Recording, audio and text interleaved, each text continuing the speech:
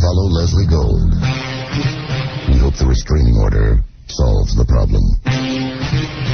FM Talk at 1027. Now, more of the worst of Opie and Anthony on FM Talk at 1027.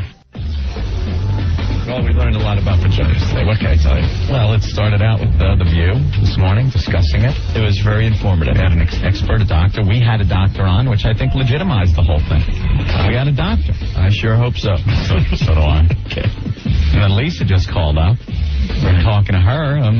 She agrees. Her doctor agrees that douching is not good for women because it eliminates the protective membrane shield in the vagina that keeps it from building up an odor. Protective membrane shield in the vagina? A shield, Opie. Can you believe that? Yes. Captain's log. Stardate 26609. It's been 5 hours since the Massengill douche eliminated our protective membrane shield. The stench is overwhelming. Can't believe it. Smells like Uhura after 2 hours of racquetball. Scotty, you've got to get our protective membrane vaginal shield back up. I'm doing the best I can, sir. It won't come back. Can't take it much longer.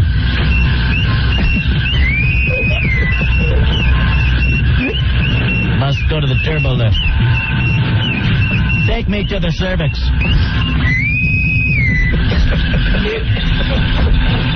I think we've had quite enough fun today.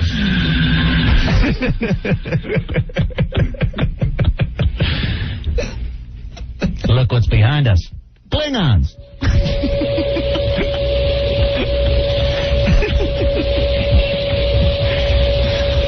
Things are just getting really silly in here, Opie. Yes. It all started when the phones went dead. God, did we have an informative show planned for today? Yeah, we were going to talk about the commuter tax. Commuter tax. And how elevators aren't safe in New York anymore. Right. The Knicks playing the Hawks tonight. Where did we end up? At the vagina. Right. Opie and Anthony. 1027. Today, you're stuck with the worst of Opie and Anthony. On FM Talk at 1027. All right, Rick, what do we got on the line here? We got Helen, the psychic. Helen the psychic. Clairvoyant. She was up at Babe Ruth's grave, getting some insight on the Yankee closeout. All right. And there's a big article in the Daily News about her, right? Yep, page 8. And she went to Ruth's grave to see what he thinks about the Red Sox-Yankees series? Yep. All right. Hello. Helen? Hi. Hi, it's Opie and Anthony. We got you live on the air in New York here. Uh-huh. How are you? Hello? Helen? Yes, hi. Are you hard of hearing? I can hear you. Why is other people hanging up? The phone on. Helen? Yes, dear. You lunatic? You got call waiting or something? Yes, I do, but I didn't pick up. Well, that's the problem. They keep clicking in, Helen. Well, it's finished now. Is Babe Ruth calling you from hell or something? Oh, God almighty. That's terrible. Come on, have a conversation. Normal conversation. We're trying. You're the lunatic. So you went up to Ruth's grave, right? Yes, sir. And what did Babe Ruth tell you? Doesn't tell me anything. I don't speak to the dead. Oh, you're psychic. If you read the paper, you'll understand. You're a clairvoyant, right? Yes, I'm not a medium, right? Well, once you explain for our listeners, I don't need to read the whole article to our listeners today. Mm-hmm. That's why we're having you on the air, to discuss it, to tell them what's going on. Mm-hmm. So what did you do at Ruth's grave? Well, we went up to the grave so that I could imagine or feel what this man would think concerning the Yankees yesterday. And was he rooting for them? They wanted to know. And they also wanted to know about the granddaughter that's rooting for the Red Sox. And what did you find out? Well, I honestly thought that he had a soft spot. I'm sure I've been told I'm wrong, but I thought he did have a soft spot for the Red Sox. It wasn't his penis. He was banging everything in sight. You remember the Babe from years ago. Right. Now, how are we supposed to believe this, Ellen? Believe what? what you did. You're feeling his vibe from heaven or hell or wherever. Is he in heaven or is he in hell? No, he's not in hell. No? No, why would you think he was in hell? Well, he was a pretty, he was banging broads and cheating on his wives, drinking and smoking.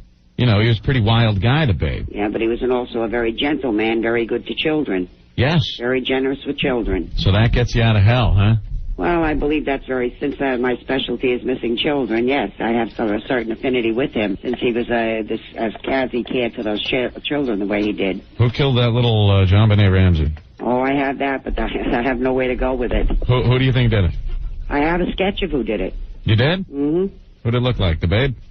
Again, boy, I didn't know you had such an animosity towards him. We love the Babe. I hear it, but my God, you're going to get some calls when I hang up this phone, and I'm predicting that one. No, Helen, I think you're predicting. You're predicting that? I can prove you wrong. You want to get some of our listeners on the line with you? Not me. You'll get them when I hang up the phone. What, they're going to be pissed off at us? Why would you think that he's in hell? Well, because he kind of was a womanizing, a drinking, kind of a have fun on earth kind of guy. And when you're like that, people say you might end up in hell. He sinned a bunch there on earth, don't you think, Helen? You're both very fresh. Who am I speaking to? What do you mean we're both fresh? You're fresh that you're calling, just saying he's in hell. Who am I speaking to? Which one's saying that? Both of us, Opie and Anthony. Both of you. All right. So what else did you feel from the Babe when you went to his gravesite the other day? Well, first of all, I don't believe in the curse. You don't? No. Well, not at all. That's the reason they wanted me to go there, because of the curse. Neither do Boston Red Sox fans, but I believe the curse. I believe the curse is superstition, and I also believe. Well, I believe it's more folklore at this point. Excuse me? It's more of a folklore. I think most people would agree with that. Yeah, I do. In that case, yeah. But the idea is that what if it was a curse, it reversed itself and gave the Yankees luck. Yeah. They've been very lucky since he was on the team. Am I right or wrong? Hey, Helen. Yes. What do you see for the Opie and Anthony show in the future? Well, I'm going to tell you. You're going to have to change your attitude about people womanizing. Why? You want to? You don't go to hell for that. Oh, you don't? No, you don't. Oh, then we'll all start womanizing. No, you will not. You'll change your ways and thinking the way you do. All right. If you're not, all right. Where are you two located? You should know that already. No, I don't. If you could find missing children, you should at least know where we are. Have you found any, Helen? Oh, yeah. Yeah? Mm-hmm. Oh, well, congrats. That's pretty good. Well, that's what it's all about, the kids. That's the important thing of the kids. So, all right, Helena, so explain this to me. The FBI goes to you, right? They don't come to me. Or you go to them, and they got some missing children cases, right? Right. And you help them out, and you kind of, you find children? Mm-hmm. Okay, it's been documented you have done that? Yes. Then why can't you tell everyone where we're located? Yeah, we're alive. We're live voices. I know you're in New York. Okay. Okay. That's because you told me that. Right. And WNEW is in New York. I know that. Right. Doesn't matter to me where you are. All right. Oh. All I know is you're both fresh. All right, hold on. Someone agrees with you. Hold on a minute. Mike. Yeah, what's going on, fellas? What's up? You're talking to Helen, the clairvoyant. Yeah, Helen, I totally have no idea what you're talking about, but there is a place that you can go to get help for. Who, me? Yeah, it's called Four Winds Psychiatric Home. Oh, my. Were you a patient there? It gives you 3 square meals a day in a comfortable padded room, lady. You are some weirdo. Whoa. How many, did you take acid to go hang out with Babe Ruth or something? I didn't hang out with Babe Ruth. Well, you were sitting there, you were feeling what he was feeling. What was he feeling? Was he feeling the Boston Red Sox going to lose? I didn't feel anything but the rain that was coming down. Oh, so you never really spoke to Babe Ruth then? She doesn't speak to dead people. No, when were you a patient in Four Winds? Well, you should tell me that then. You should know. Hey, you helped find that little Katie Beers kid, huh?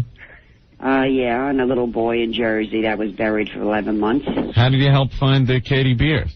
Remember her? She was in that basement bunker. Mm-hmm. What'd you tell the cops? Well, I kept feeling a stereo, something to do with a stereo, and inside the house was a stereo. Wow. I got one in my house. I also have a 10-year-old child in my basement. To be honest with you, Helen, I did read that at the time. That goes back how many years now? Like 5 or 6? Yeah. Babe Ruth with him? All right, hold on, Mike, because now I'm getting serious with her. Yes, Mike is very fresh, too. Helen, I do remember reading about that, and I was pretty damn amazed. Yeah, it was interesting the way it was found. It was a shame that it wasn't found sooner, though. But you still don't know where we're located. Do we have to, like, kill someone or something for you to be able to find us? No, you have to be missing. Do you see something? Do you see a stereo? You know what you do? Lose Mike.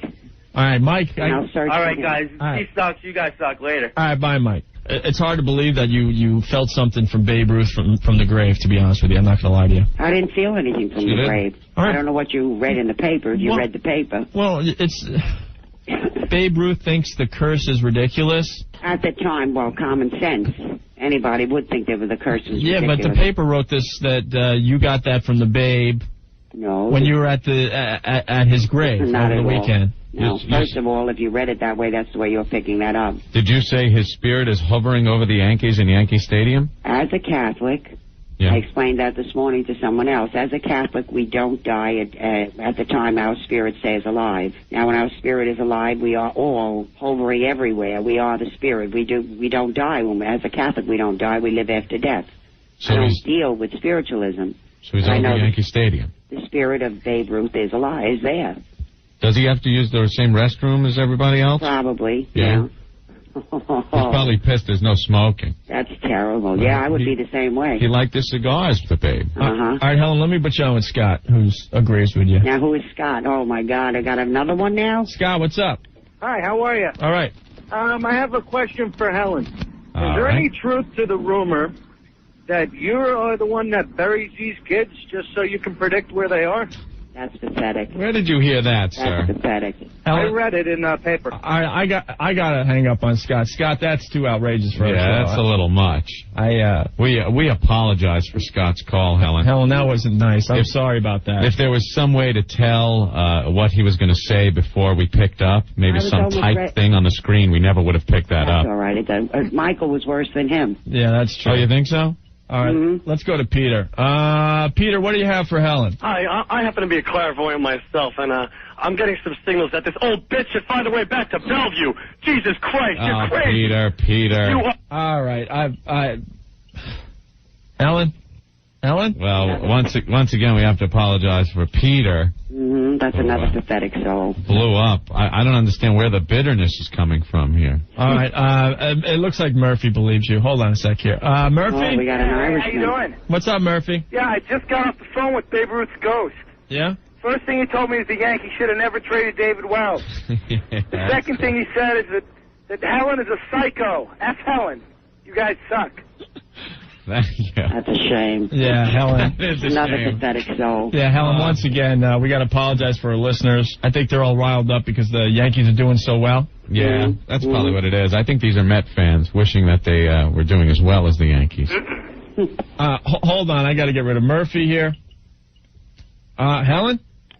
Yeah. Yes, I'm here. All right, I'm sorry about that. Let's go to Babe Ruth on line 3. Babe. Hey, this is Babe Ruth. Yeah. Calling from heaven. I have a voice box, but I had to keep it up here now. Anyway, she got my message wrong. There are no hookers up here. Send up some hookers. It's really depressing up here. There are no chicks up here. I can't get a good steak. I can't get any hookers. I can't get any action. What the hell's up with that? Thank you, Babe. Yeah. The Babe checking in, Helen. I didn't know your show was a comedy also. You guys suck, all right? Have a good day. We don't think it's a comedy either. I apologize for that, Helen, once again. You listen to much radio, Helen? No, not at all. Not at all, huh? What, you watch TV? No, I have a lot of people listening to your radio, and I guess they're all hanging themselves. All right, well, let me put you on with Thomas. He definitely believes in this. Again. No, I'm serious. It says it right on the screen. Believes in Helen. Thomas, what's up? How are you? All right. A couple months back, Helen, I had a question for you. I lost a set of keys. Can you help me with that? No, not if you lost them. You probably had new ones made. Why? They're missing now. I haven't made new ones. I said you probably had new ones made by now. Oh, did you? Is that true, Thomas? No, sir. Okay. Is there any, can you get a vibe on his keys, Helen? No. No? No, because you probably never lost them. Yes, I did, Helen. Come on. Take care. All right, I'm trying to think of something maybe that I lost. Maybe you could help me with. I don't know. I haven't lost anything recently. David, what's up? What's up? I was wondering if, like, Helen, she was up feeling the babe, but the babe actually was feeling her up a little bit while she was there. Wait, what was that? What was that, Dave? When she was up at the gravesite, did the babe get a little bit of action there? Very nice. Her up a little bit. You know, she was feeling the babe. Did the babe get some action back? Okay. These people are just appalling.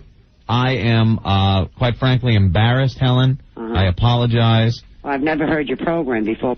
Well, it's a little different than today's show, that's for sure. We want to seriously discuss this prediction that the callers are just ruining everything. Bill, let's try to get the show back on track here, Bill. What's up? What do you have for Helen? There was a little boy who was missing in Colorado. I was wondering, since that was really far away, if she has any sort of power on things that are far away. Oh, the little guy in the mountains you're talking about? Yeah. Well, what if he was really far away, like on Uranus, which is actually kind of close? You'd probably know that. Oh, my God. Helen, yes. I'm sorry. Today's youth is just out of control. It's the kids today, Helen. Mm-hmm. They don't Those have weren't any... kids, honey. They were men my age. My God. Kelly, what do you have for Helen? All right. My husband lost his wallet yesterday, and there was $600 in it, and I'm totally serious. I want to know if she can tell me where it is. Sounds like a nice woman. Right, Helen? She sounds nice. Yes, she sounds human. I'm nice. Well, I hear it. Well, could you find lost wallets, Helen? Well, I would only say in the car on the side of the car seat. That's the only way, the passenger side. Oh, very good. You think so? You will. You'll probably. Wow. All right. All right. Thanks a lot. Thank you, Kelly. Bye, guys. Let me All right, see. Opie and Anthony, I'm calling this quits now. Hey. Hold on, one last call from Rich. Rich, what's up? Hey, Helen, how are you? I just want to know if you know, being that you're so close to the spirits, do you see yourself giving a rusty trombone in the future? Well, Steve, I think that you have a long day, and I think you better go home and rest. No, it's Rich. It's Rich. You should have known. It's Rich. You should know that. I shouldn't have to tell you. Uh-huh. Opie and Anthony, I'm going to say goodbye. Okay. All right, Helen. Thank you. For a good day. Thank you, Helen. All right. Coming on the show. Bye-bye. Bye. Okay. A rusty trombone. And she should have known what one of those were. I'm seeing a rusty trombone. It's... Phew, this smells. You know, Aunt, I'm disappointed in our listeners. I thought we would tackle a serious subject today, and oh boy, they always screw our show up like that. I was really hoping to just do an in-depth interview with the psychic woman, and the callers just, boy, they ruin it every time, don't they? You know, I don't think they truly get our show and what it's all about. I thought for once we'd put the comedy aside and discuss a serious topic. Helen the clairvoyant talking to Ruth, or not really talking to him. It's got a quote from the Babe. Quote from the Babe. Quote from the Babe in the Daily News today. He couldn't even talk when he was alive toward the end with the throat cancer. Right. Hello, Helen. I'm here. Babe, I hear you. Helen, I'm in my grave and you're standing over it with a skirt, please. Could you move on? That's quite a view I'm getting. Looks like you got Phil Donahue's head in a leg lock. Gray hair. Don't you got it? That old cat. Sometimes you feel like a nut. Sometimes you don't. You guys are going to burn in hell. Opie and Anthony, 1027. You deserve the best, but that'd be a lot of work. Here's the worst of Opie and Anthony. On FM Talk at 1027. Oh, my God. I have a scanner. I've had one for years. And, yeah, you can pick up cell phones and cordless phones. And the conversations I've heard over the years, hysterical. I was out in the Hamptons once, listening to phone calls. And a couple of, a gay guy talking on the phone, as they were, gay guy. So they were talking about fisting. Really? Yeah. It was hysterical. Sitting there, like, listen to this guy going, I'll bury it up to the elbow. Whoa. Wow. Heard breakups, drug deals, affairs. It's great entertainment. You'd have to sift through all the crap, Be home in an hour, honey. Great. Good call. Tell about the call. We heard that one night. Oh, what, up in the apartment? Yeah. We're all hanging out, drinking at Anthony's place, and checking out the scanner. In Boston, yeah. Checking out the scanner, and got a nice strong signal. Heard some girl talking on the phone. and she's talking to some guy about how her boyfriend sucks and how she kind of wants to get together with this guy and blah, blah, blah. So at one point, we're listening to the scanner, but we're also joking around and laughing. And at one point, I guess we were laughing, and I slammed the floor with my foot. Stomped on the floor. You know how you do that? So hard, right? A real knee slapper type thing. So all of a sudden, the girl on the phone that we're listening to on the scanner goes, "Oh, people upstairs again banging." Like, holy jeez, it's the person downstairs. And then she starts going, "Oh, it's not the first time. They walk around up there like elephants. I think they must weigh 500 pounds. And then she starts saying, now, this is me, Jen, Opie, and his girlfriend, Sandy. Right. Sitting there. I think there was another couple there, too. Make it more embarrassing. And we hadn't been on the air long together, so it's not like we had a friendship, really a good friendship. You know what I mean? We're still getting to know each other. Yeah, still getting to know each other. This goes way back. Go ahead. So then she's like, and their bedroom is right over mine. So all I'm hearing at night is, boom, boom, boom, the bed, I just heard beat right on. Look at Opie's laughing his ass off.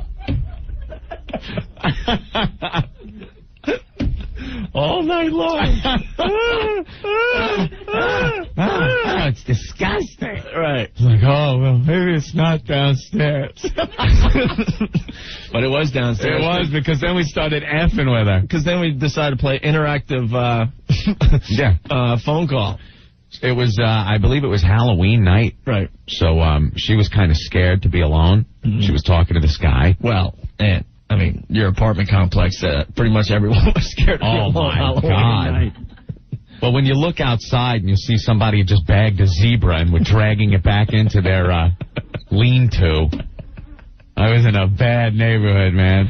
When it would rain, I swear to you. When it rained? When it rained, it was the highlight of the day for the 6 billion little children that lived there, because they could play in the pothole puddles. It was like a little pool for them. I was just waiting for one of them to go to the shores of one of the puddles and have a croc come and grab them, drag them in.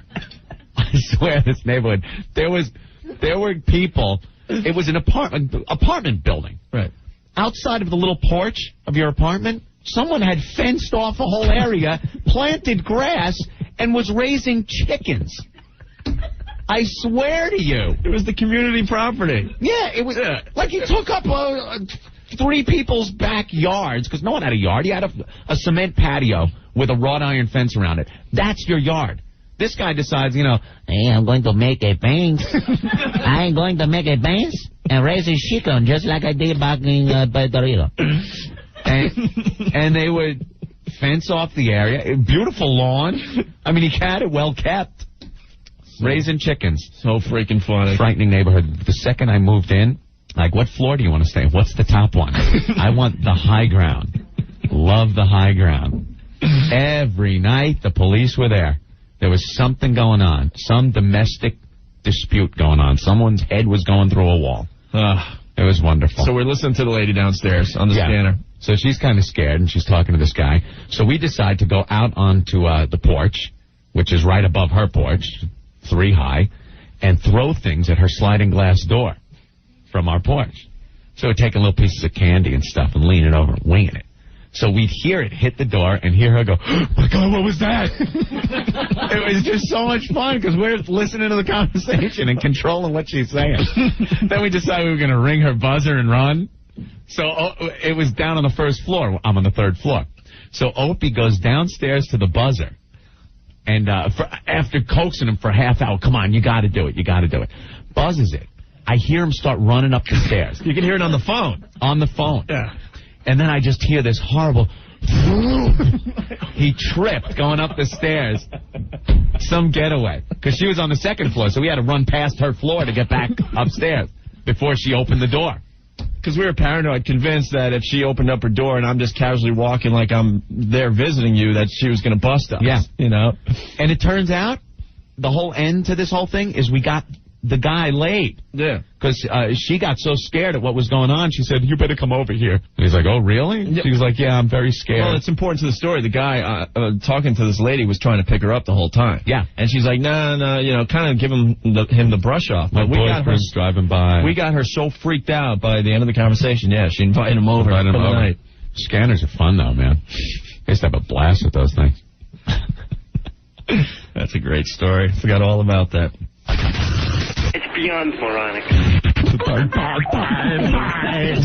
sub-moronic. 1027. This is FM Talk at 1027. Talk you can't ignore. No matter how hard you try. It's O&A.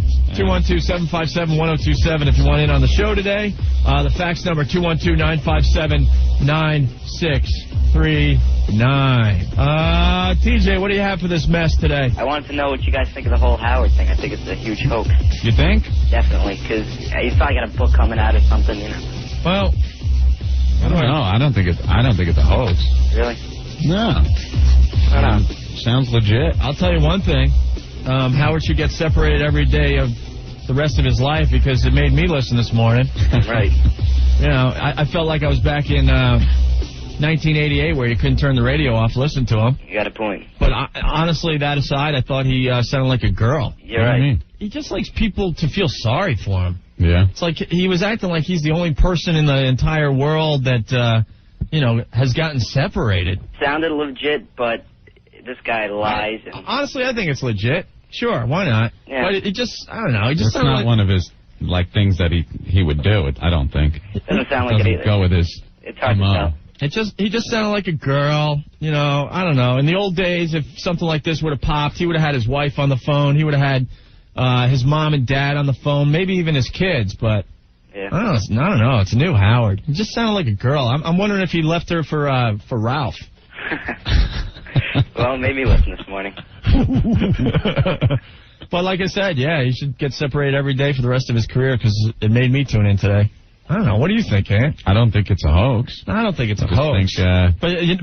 But with that said, and I think you were saying it earlier when we were in commercials, he's going to take advantage of this. I think everything he said on the show today was pretty much crafted by a few publicity people. I think it's in his best interest with his female listeners to come across like, hey, we still get along great. We're working this out or trying to. We're, still talking to each other. We spent the weekend together. I think that is publicity agent talk. Mm-hmm. I just don't think it's in his best interest to show his sensitive side. That's not the reason we all, grew up listening to him. And then at the end of the show, he had all his, cronies around, and they're all, feeling sorry for him. And he was loving every minute. He loves people to feel sorry. They were all just talking oh, God, how we all feel bad. And, I don't know, everyone's talking about it and how it's going to affect the show and us. And if you're going to be okay. And, I don't know, man. We're worried about you. Secretly we're all talking about we're real worried about you and stuff, What are you worried about him? Well, it's just silly. Steve, what's up? What's up, Dylan? I think Howard's leaving his wife to go with Jackie the Joke Man. All right, Steve. Don from Great Neck. Ease back on Howard, bros. Some of us love both shows. What do we do? We're talking about the friggin' news story. Oh, we're not supposed to even talk about it? What are you, a jackass? Bill, what's going on? Guys, I love you, but it seems like you have no material today. You got to pick on the poor guy. The poor guy? Come on. He's right. I think we've had a lot of stuff on today. The poor guy. Look, being Stern fans, you don't think after 20 years on the air, he hasn't picked on maybe a couple of people? Oh, yes, but... when they're down? Yeah, but the guy's, doing the right thing for his kids. Oh, shut up. Believe it. You know something? I'll accept anything else today except the guy calling up and saying that you better be nice to Stern during his little low point in his life here. Screw you, man. If it was anyone else, he'd be right up there. Nah, I know, but you got to feel a little bit for the guy. No, I don't care. He sounded like a girl this morning. Admit it. Most of us listened to him this morning. I don't like hearing the sensitive Howard. He just sounded like a girl this morning. Anthony, Chris from New Jersey, making a pretty good point on the instant feedback. Yeah. I think that with age comes a loss of testosterone. First there was, George Steinbrenner losing it and crying after the World Series last year. Yeah, we've seen that. He used to be the tough Georgie, right? Yeah, from the 70s, sure. And now Stern. Yeah. Kind of getting a little soft this morning, a little more emotional, a little more sensitive. What's going on with all these tough guys? Chris from Jersey suggests that we start a new bit called Corky Stern instead of Corky Steinbrenner. Listen. Why did you... She's separating me. Jackie, what do I do? Robin, you're the only bitch I can talk to now. Show me your cans. Tom Gisano, I love him. Please watch my TV show, please. Oh, what do I do? Listen.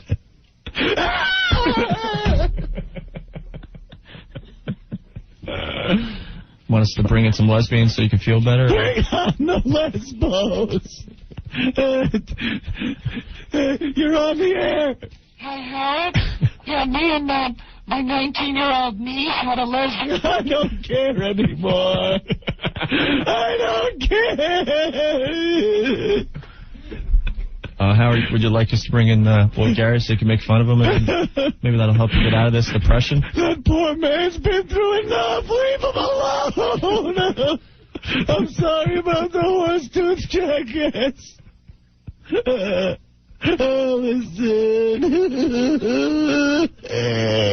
So you're starting to appreciate the people that help your show, Fred and Jackie. And... Ralph, you faggot. It's the new sensitive Howard. You're starting to appreciate the people that have helped you get to where you are. Yeah. Don't get carried away. Oh. You don't wish Tom Chiusano would die anymore? No. Tom. Oh, give me a hug. Howie needs a hug. Will you be banging broads to get over the loss of Allison? Allison. Oh, John DeBella, I'm so sorry. I'm sorry what I did. Imus, I love you, Imus. Grace, man, give me a kiss. So you really want to make up with Imus now that you're more sensitive? Man, Cal, I need you.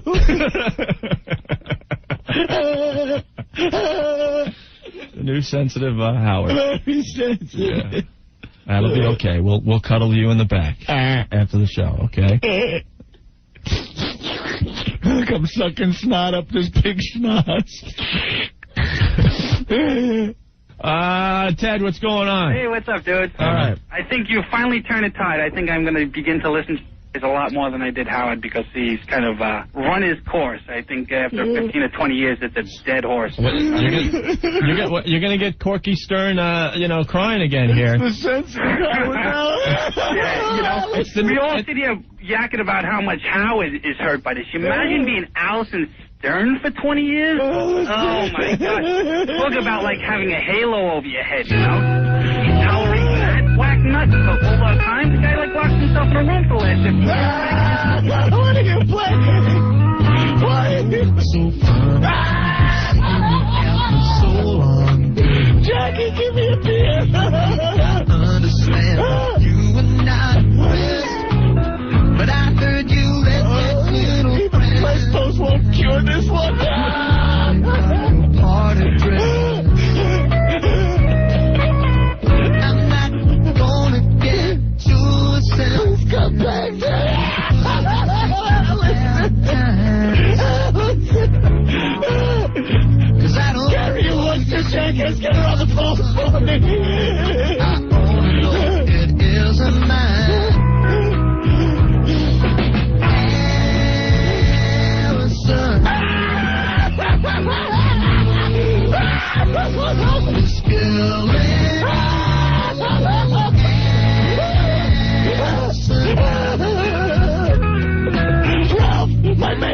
running. Help me.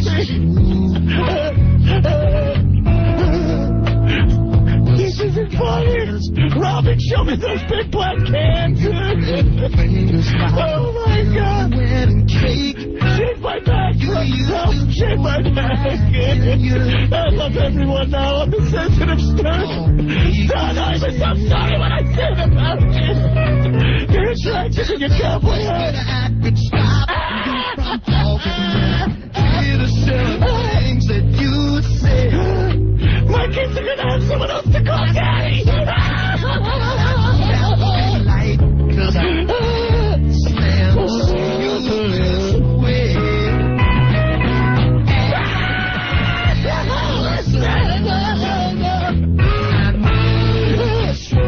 Stop your shadow, I'm sorry. I never said everything. I'm so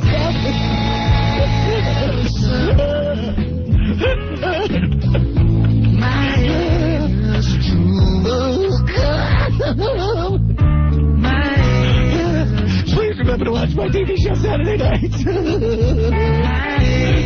Mr. Simmons, please come back on the show. I need to cry with you and hug.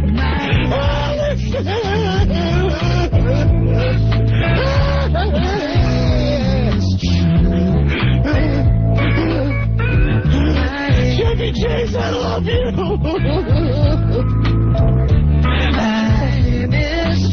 Dice, you are talented.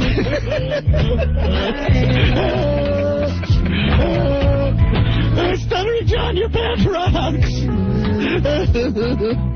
Sam Kinnison, no, please.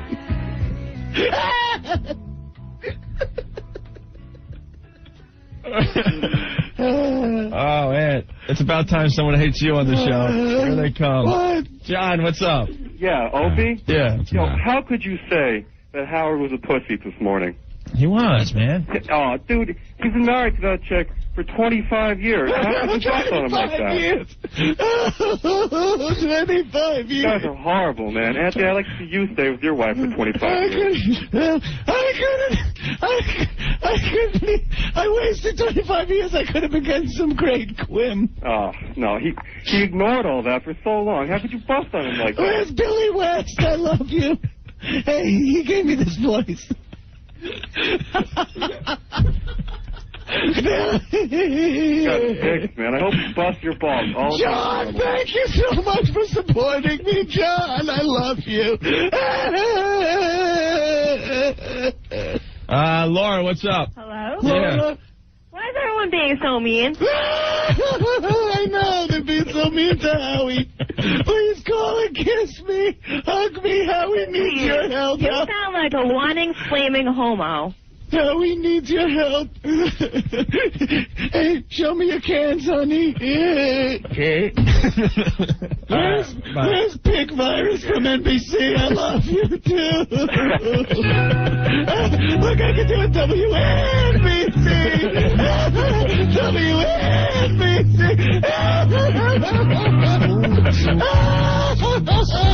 After so long, girl. Hey, when does your CD come out, Opie and Anthony? Wow, the sensitive Corky Stern. The new sensitive Stern.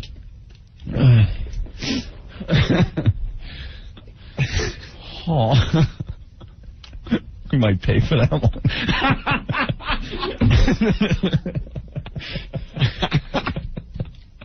But damn, was that funny. Dudes with tudes. I think every time we open our mouths, we're pissing someone off. Opie and Anthony. We're out of control. We're so wacky. All right, knock it off. 1027. Opie. Anthony. 1027. Opie and Anthony. 1027. Hey, neighbor. My name is Henry Dickens, proud proprietor of Dickens Apple Farms, home of the best apple picking in town and some of the best apple cider this side of the Mississippi.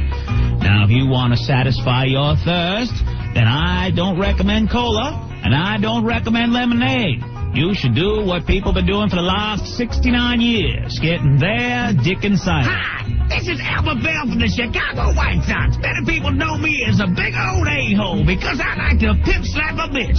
But the only thing better than pimp slapping a hoe is getting my dick inside her. I think you know what I mean. Thanks, Albert. You know, people come from miles around to get their dick inside her. Hi, this is Ed Klee from Klee Motors. I'll never forget the best day of my life when I helped a woman find her clitoris. Then I had my dick inside her. What a day. Just think, every morning you could wake up, roll over, and get your fresh dick insider. Now I know what you're thinking. How can I get my dick insider? Well, it's hard, but we do it all for you. Here to explain our patented process is head squeezer, Connie Lingus. Well, first we take the apple and we ram it in the slot. Then we split the core, pushing the core in and out until the seeds explode from the tip. And next, we add the secret ingredient, the stem. Remember, you just can't get a good dick insider without a long, hard, firm stem. That just goes to show you, there's nothing that can beat a dick insider. Try it by the gallon. Or if that's too cumbersome, for easier packing, try Dick Insider can. Or for picnics, try Dick Insider box. And don't forget, during those cold winter months, there's nothing better than a hot Dick Insider. People come from miles around to get their Dick Insider. Come visit us today on the Hershey Highway, right next to Colin Cleaners. Get some today. Opie and Anthony, 1027. All righty, what's happening, man? This is Rick, producer of the Opie and Anthony Show. Today's worst of, man, you guys are going to love me. A lot of requests for Jay Moore. That's coming up later on, probably around the 5 o'clock hour. We got some Broken Jaw, Louis Anderson on the way, Star Jones a little bit later, Dr. Smith from Lost in Space. Tons of stuff, plus some great bits in between the very few songs we are going to play. And digging deep from like almost, 5-6 months ago, the Spazz radio audition tape. My God, you're going to pee your pants if you don't remember this, if you missed it, if you did hear it and remember it was kind of funny. No, you're going to pee your freaking pants. I just had to sit through a whole hour of that stuff. Holy crap. And that's coming from a lot of your suggestions, man. So keep those suggestions for the worst stuff coming. 212-757-1027. It's going to make you pee, some of the stuff that you're going to hear come out of this thing. It's really, really some funny stuff, including the whole giant mosquito thing. So listen up for that. That's coming up. I'm going to do that somewhere between 4 and 6 o'clock. It's going to just be like all 3 sections. It's just going to be huge. You're going to have a lot of fun listening to it, all right? There we go. Today's worst of, in a nutshell. Any requests for it, 212-757-1027, or you can even fax them in at 212-957-WNEW. And the instant message is up and running. So if you got any ideas, let me know, all right? Now, more of the worst of Opie and Anthony on FM Talk at 1027. The talk you can't ignore. All right, it's FM Talk at 1027. Talk you can't ignore. It's Opie and Anthony. Hey, just a few moments away from watching John eat a few mouses. Live pinkies, little mice. I think we should also say the instant feedback, which has been down for quite a while, is back up and running again. So if you're sitting in front of your computer and anybody wants to comment about this via the instant feedback, you go to the website, go to our names, and you'll see where to instantly email us here at the studio. TJ. Yeah. What's up? At this point, I don't think someone can pay me to change the dial. And I can't wait to see the pictures at www.foundrymusic.com. Too bad you slurred the Foundry part. Thank you, TJ. Bye. All right, Ant, we could string this along for another hour, but it really would not be fair to our faithful listeners. How many votes did we get to save the mouse? Well, we talked to 3, maybe, 2 or 3. And how many to have him eat it? Every single person on the screen wants him to eat it. And I could make a conscience vote and say, I vote no. Oh, you puss. Peter. Yeah. What's up? What's up? How are you?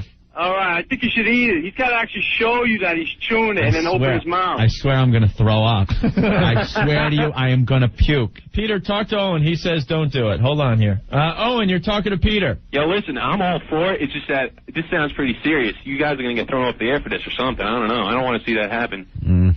Nah, I don't think any of your listeners want to see that happen. And I'm glued to my radio like everybody, but... I don't think we're going to get thrown off the radio. Maybe suspended for a long time, but...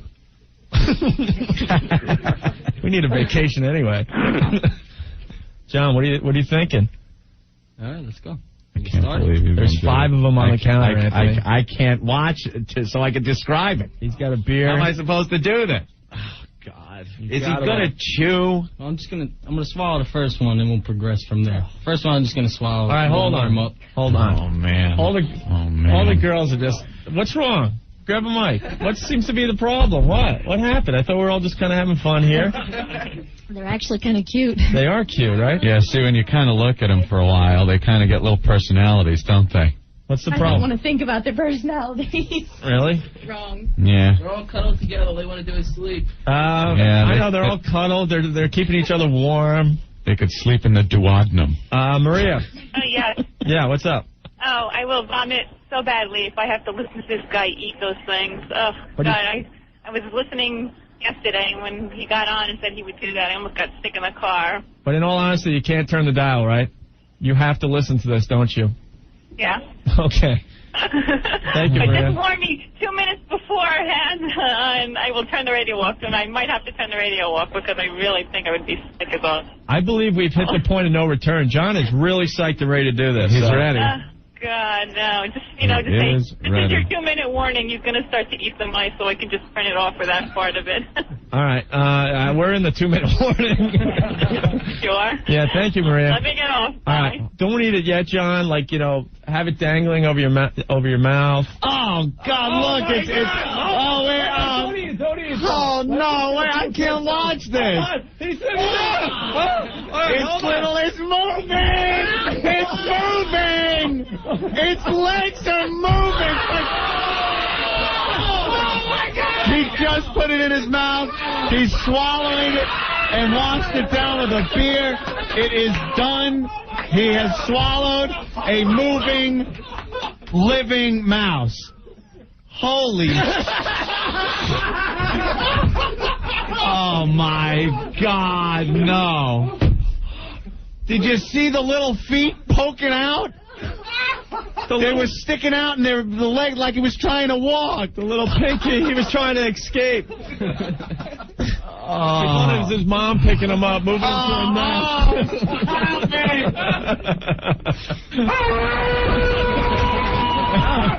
All right, hold on.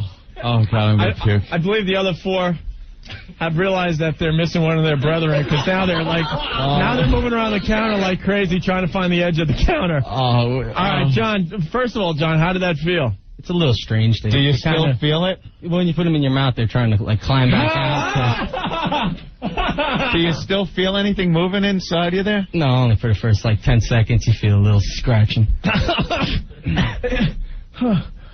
I'm going to puke. He swallowed that one whole. He held it by the tail over his mouth as its little pink legs were moving, and he put it in his mouth. Little mouse like blood veins trying to pump blood. And Kenny washed it. Yo, guys. Yeah. This is really foul, man. Yeah, I gotta agree with you. Hold on before John moves on here. Paul, what's up? Dude, I can tell how many people are listening to the radio because they're puking on their windshield. Oh, my God, that was so disgusting. You guys rule, man. All right, wait till you see the pictures on the internet. I can't wait. I'm going to go home on the computer and hit it right away. It can take a couple hours, but all right? Okay, man. All right. Later. The image of the little struggling pinky over his mouth will stick with me for the rest of my life like the 2 little twin girls in The Shining. All right. I think that scene I just saw is now the most horrific thing I've ever seen. Chris, what's going on? Oh, my God. I'm driving home from work, guys. I'm about to drive into a bridge embankment. You gotta be kidding me with this. I mean, really? This radio show, this is like a hole in the air. Chris, we didn't even expect it. We were going to say on 3, and all of a sudden you just went for it. Oh, man. All right. You guys are in need of some profound help. You got a great show, by the way. All right, bye. All right. Why don't you put one on your tongue there, John? Ant's not even looking anymore. Oh, it's turn around. Turn around. Turn around. No, stop it. God, he bit it. He bit it. Oh, God damn it. Come on, man. He bit it with his front teeth. The thing was crawling on his tongue. He thought it was a little mouse hole. Look. All right, the girls. I gotta puke. All right, wait. The girls are in shock. What's the problem? No, it's revolting. It really is. That little poor mouse was trying to get out, and he bit. He bit.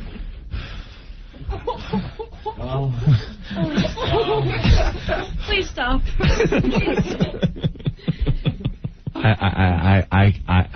I'm speechless. I don't know what to do. John, I didn't expect that. I don't know. In the cartoons, they always get away. Tom and Jerry, Speedy Gonzales. Not here, Opie. He didn't get away. He was in his mouth. I thought maybe the little guy would pull out a stick of dynamite and blow his head off and run for the mouse hole in the wall. But no, he chomped down. He chopped Holy smoke, man. James. Yes. You think this is ridiculous? Yes, I do. This is ridiculous. All right. This is insane. I don't think this should be on the air. Okay. Yeah. Who is this, our GM? Francesca. Yes. What's up? Oh, my God, you guys are crazy. Before I go to school, after work, I go to the drive-thru to get my dinner, and I was on drive-thru. I ordered, and I was just about to the pay window, and as soon as the guy ate the mouse, I just took off. Oh, really? I just took off. Didn't pay for it, didn't pick up anything. This is the new Opie and Anthony diet. Oh, my God. It'll work. Believe me, it'll work. All right, Francesca. Thank you. Goodbye. Bye. Chris. This is the most disturbing day in the history of radio. Scott Muni is rolling in his grave right now. The guy ain't even dead yet. Well, yeah, that pretty much sums it up, Chris. And we are considered a comedy show. Yeah. This is unbelievable. You guys are the best. You guys blow a big hairy puppy now, so I love you. All right, thanks. Well, we're ready for the grand finale, John. Whatever you want to do. You got 3 left. Oh, no. Why don't you hold all 3 up to the camera? Oh. All 3. Nice big smile. We're going to try to get these on the unofficial website ASAP. Felicia's got a problem on line 10, Opie. Oh, you guys, I can't believe you actually let him do that. I don't know. I'm disappointed. I love you guys. Yeah. I've been listening to you guys ever since you've been on the air. Yeah. Can we make it up to you? You want to stay on the line while John does one more here? No, please. Uh-oh, he's going for a double. Oh, he's got got 2. He's got 2. You better hang up, please. Oh, he's been chewing him up. Oh, he's chewing him up. He's chewing him up. Right on the phone. He's doing it right on the phone. No, I can't believe this. Bill, get him a garbage, Bill. That didn't go down well. Anthony. Anthony. Guys.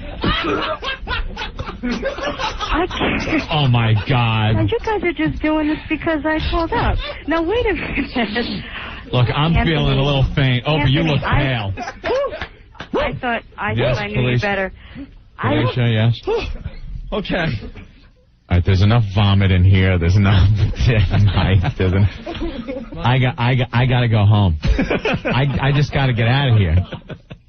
All right, that was really tough to see at the end there. 3 at one time. Ladies, what do you think? Any comments? At least they're out of their misery now, and I hope his is starting. I really hope you're getting a stomach ache for this. I feel pretty good.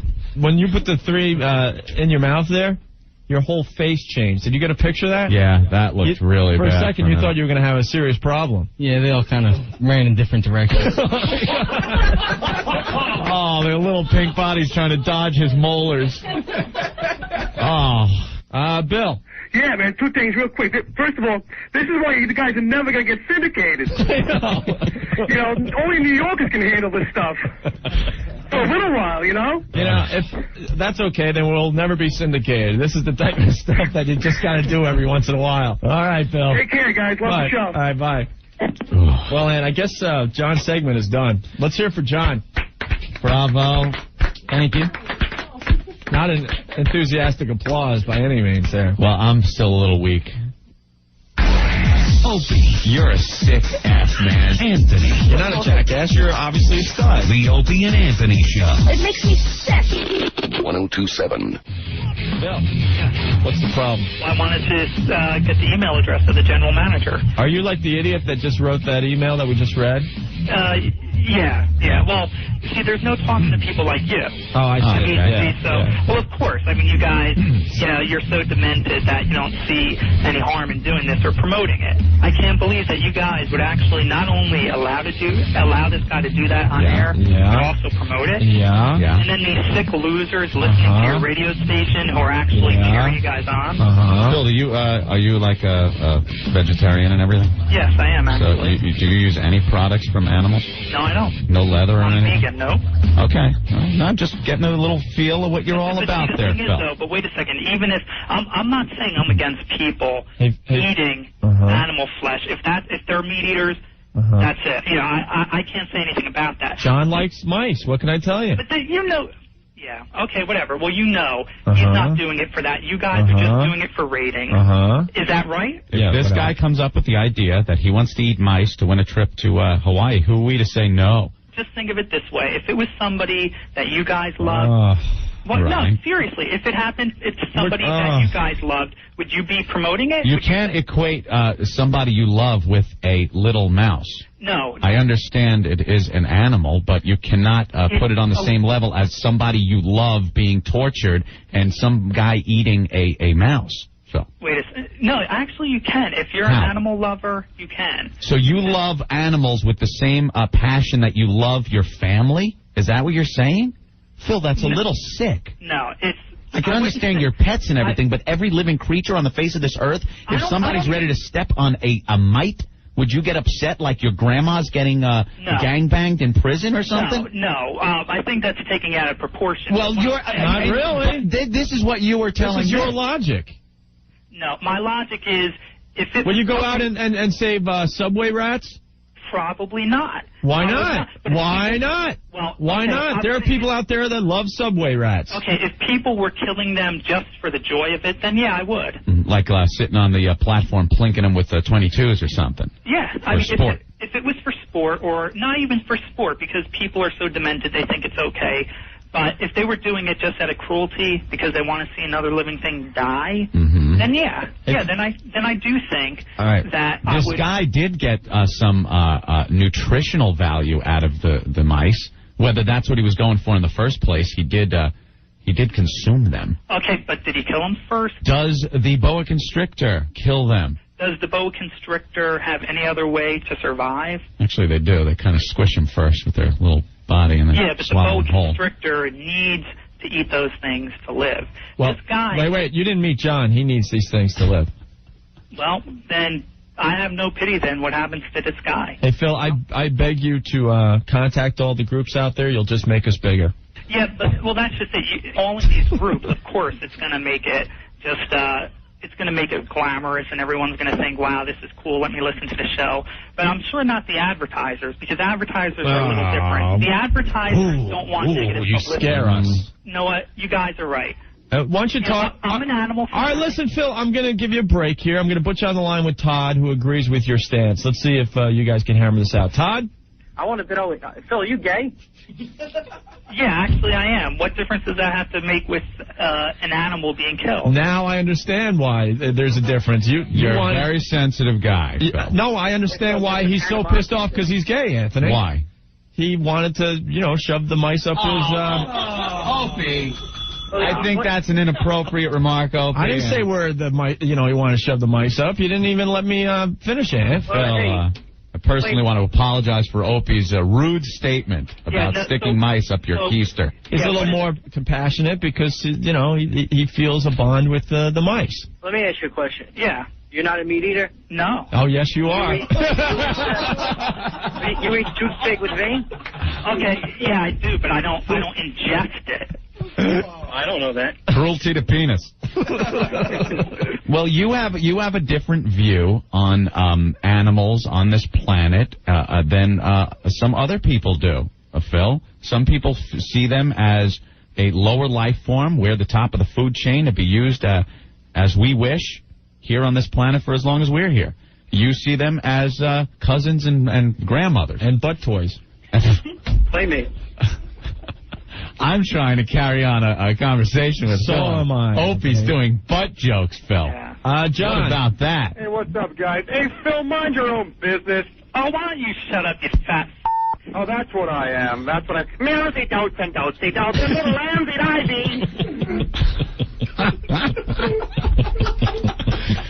Are you actually telling me you have more people on air right now, or more people that are supporting what you're doing? Yeah. Phil, get a grip.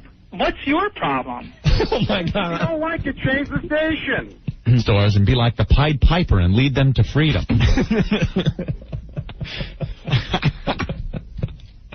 Hey, Mark, what's up? Hey, how you doing, guys? All right. I'll free you. I'm not in the same category. Yeah, but let me...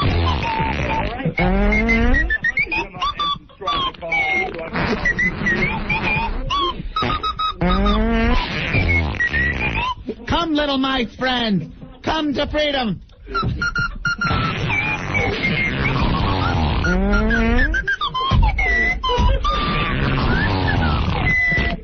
I am the Pied Piper. Mice, follow me. Follow me, mice. I'm the Pied Piper.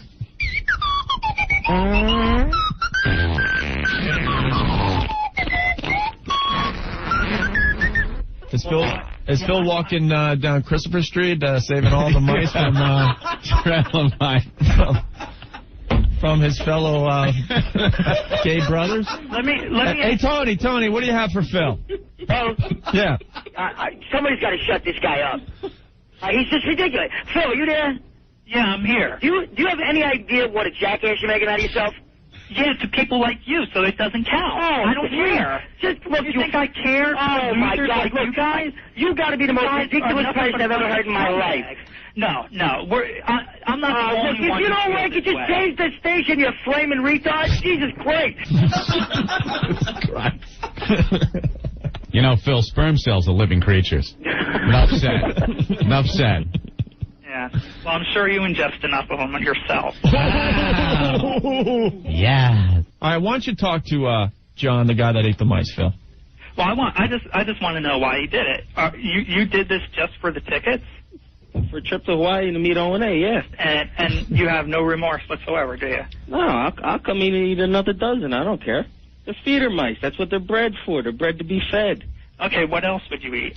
Well, that's it. I don't know. Would you? Not you, Phil. John, I think that was a pickup line. Be careful. Opie and Anthony. Is this the best radio you guys can come up with? 102.7. Anthony.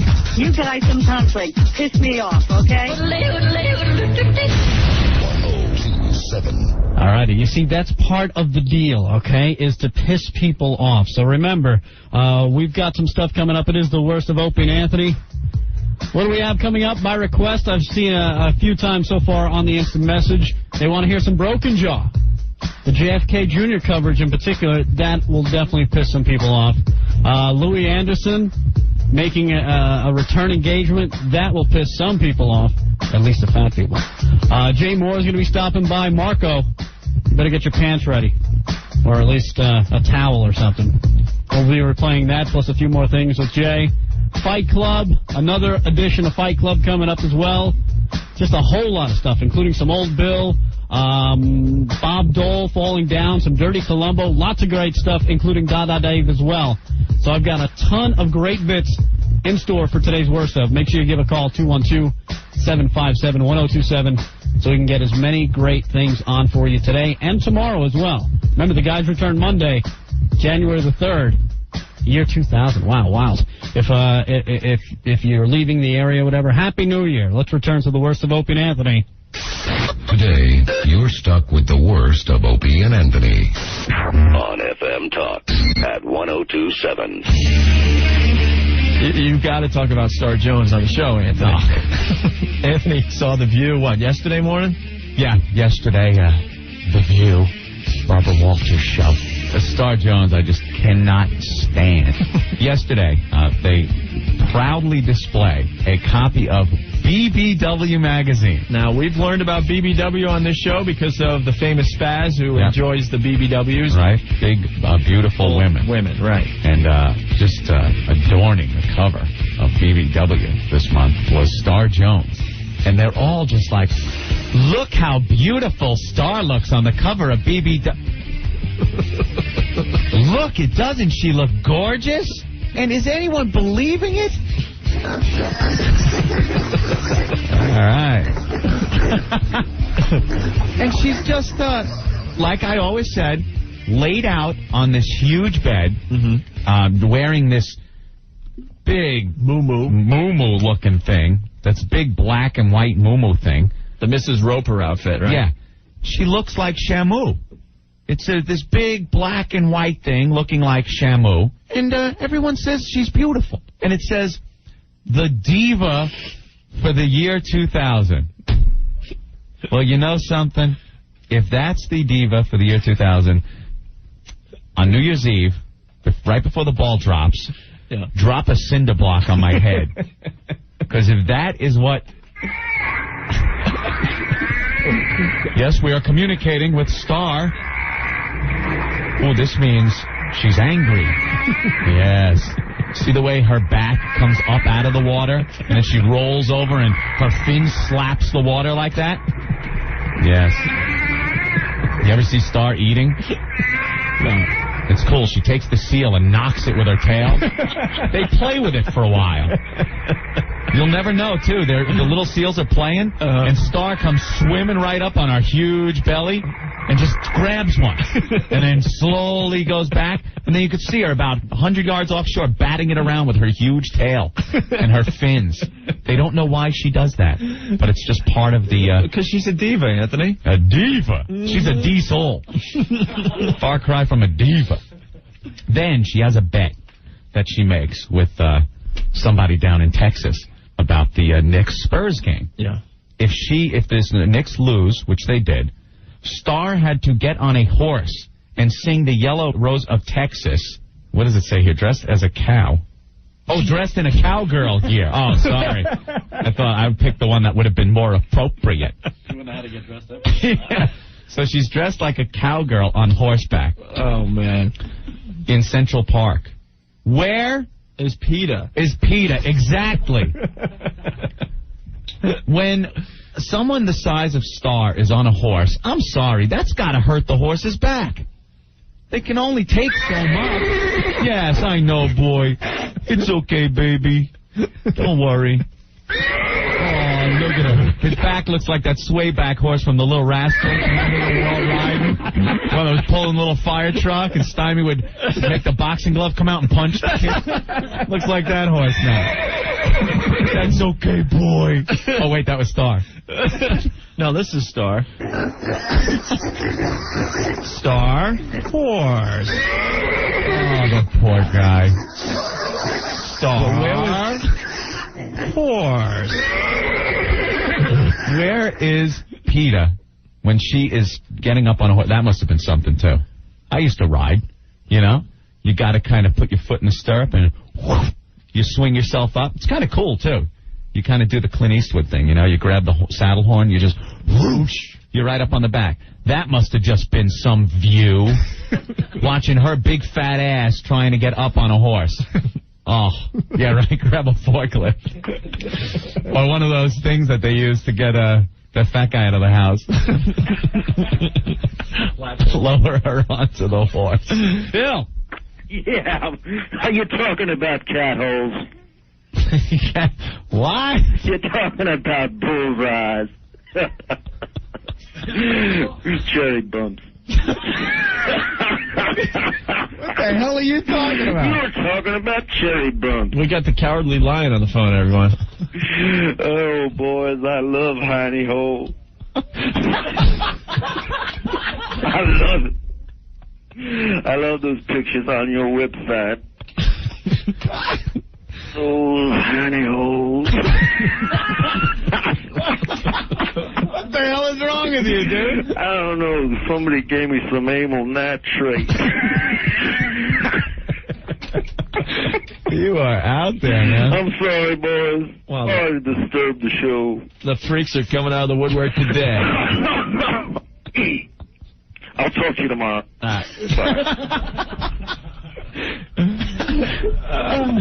Man. Melissa. Yeah. Please say you're normal. I'm very normal. All right, what do you got for the show? I don't know. I just have to laugh about your comments on Star Jones. Why? Because that cracks me up. Oh, good. She's nasty. She's nasty. She thinks she's beautiful. That's a scary thought. All I have to say is she's a man, baby. You know, I don't care. I really wouldn't care if she just looks like she does and does the show and everything's fine. But everyone's so full of crap. They all pump her up to this. They all pump her up to this position where she's like this diva. Who appointed her diva? Who the hell did that? And they're all so politically correct on the little panel, all the rest of them, that they're all just, look how beautiful you look. You look beautiful, Star. And she's like, damn right I do. And then they're all talking about their men and stuff, and she's like, well, I wouldn't put up with that. I'm Star Jones. I'm a lawyer. I wouldn't put up with that. I'm a diva. I'd rather bang Barbara. Oh, God. Oh, God. Oh. And what, you have the chance to bang Star Jones or Barbara. What do you do? Standard Barbara boffing? Or maybe, what do you mean? Barbara. Who's Barbara? I don't know. Barbara Walters. Would Barbara you Walters. do Barbara? I would bang. I'd rather bang you down. Maybe you down. Maybe, What's the situation? All right. Star Jones or Barbara Walters. Who do you bet?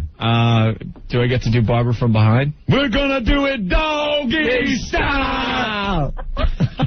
Ladies and gentlemen, boys and girls. I must say, I would have to go Barbara. Barbara? Yeah. From behind. Oh, yeah. Barbara? Yeah. Without a doubt. Because Star Jones is just nasty. Oh, that's great. Harder. You're doing so well. This is wonderful. I would have to say Barbara. Yeah. Although, not Star. Anyone but Star.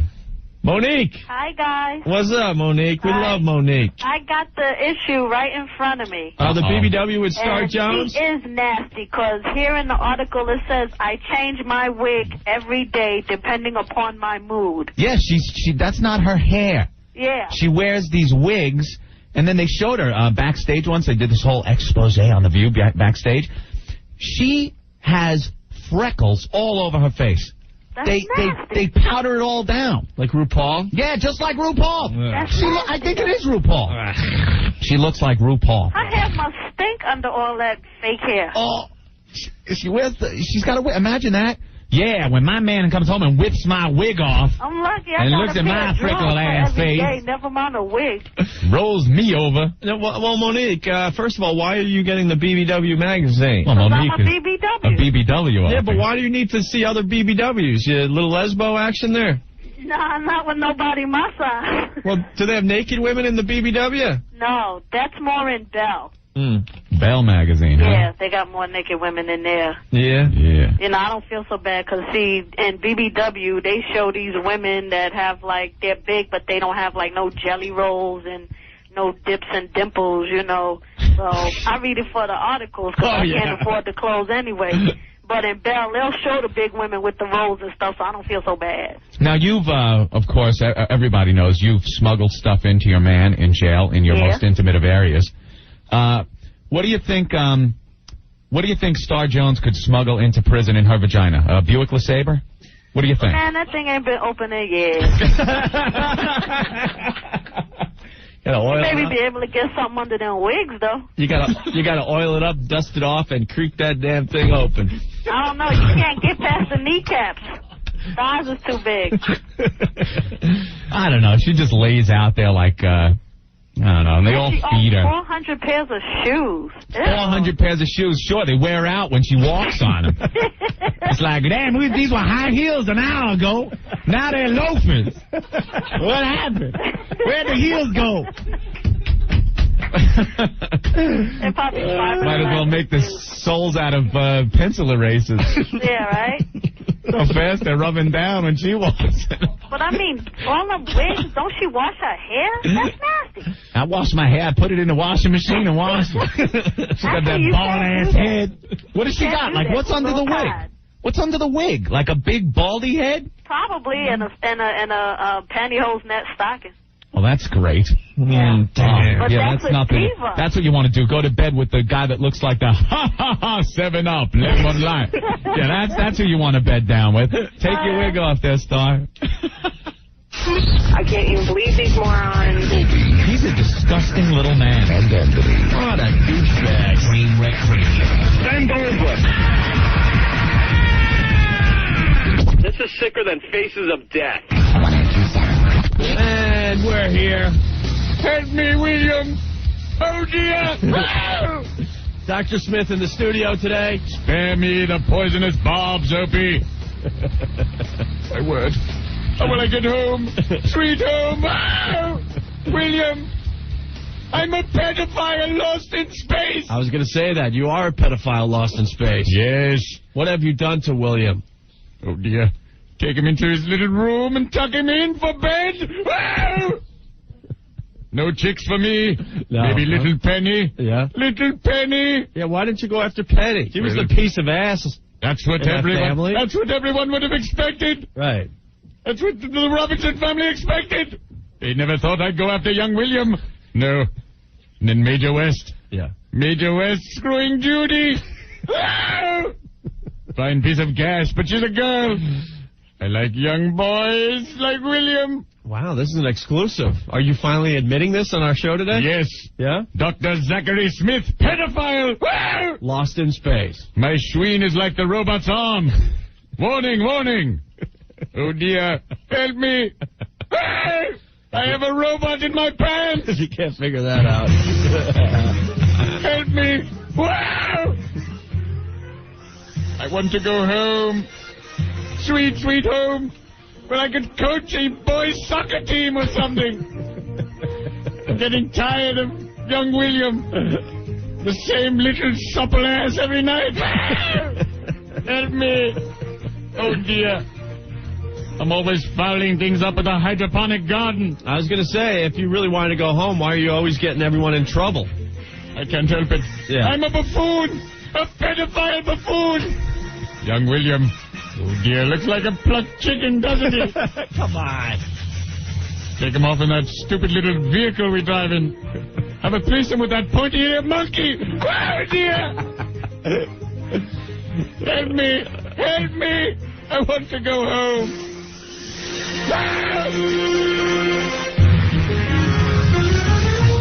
Dr. Smith, everyone.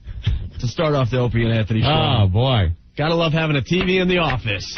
Yeah. Helps the show tremendously. Did you see him?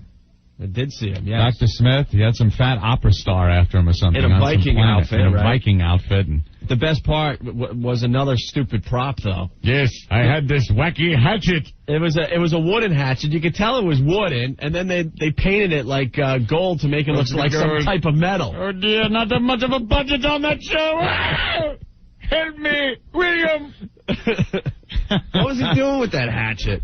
Nothing. I'm a big pussy. Yeah, 'cause I'm such a pussy. I'm always hiding behind young William. Right behind him, yes. Very close. Yeah, very closely. Why are you so close to the boy, Dr. Smith? Yes, very close to the young boy. Very close. Dr. Smith, my senses are reading you're getting a boner. Whoa! Shut up, you clattering clunk of colliginous junk. Of course I have a boner. Hey, Dr. Smith. Look at the boy. Whoa! Is it true you're exploring black holes in space? Yes, black holes. Yes, where's Gary Coleman? He at least looks like a young boy. Pardon me. Dr. Zachary Smith would like a blow-up doll in the shape of an 8-year-old boy. Yes, William. Something in a hairless model. Oh, dear. Dr. Smith, you sick son of a bitch. Yes, I like them like a plucked chicken. Dr. Smith, you are a pervert. Shut up, you bubble-headed booby. Dr. Smith, remove yourself from that boy. Shut up. You cannot deny me the simple pleasures being lost in space. Help me. I can at least get a little trim from a plucked chicken. It's the later episodes they're airing now, though. William was getting a little too old for me. Yeah, what was... Reaching the age of 13 or so. I was going to say, what was he, 10? Why can't they just stay 8 years old? What a trusting family. Letting me take him out on an empty planet to do whatever I please. I can't say that, Rick. Shut up, you bubble-headed booby. At least we didn't have to deal with Spix.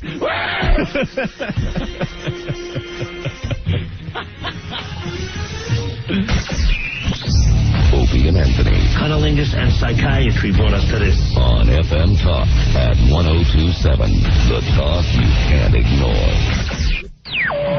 Now, more of the worst of Opie and Anthony on FM Talk at 1027.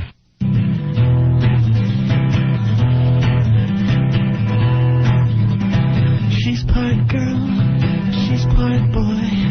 She's got parts everyone can enjoy.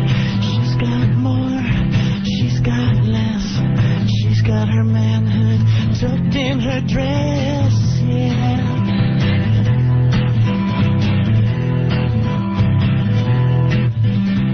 Is she a mister or is she a miss? Does she stand up when she's taking a piss? She's my little girl, she's my little guy. When I try to please her, I get poked in the eye, yeah.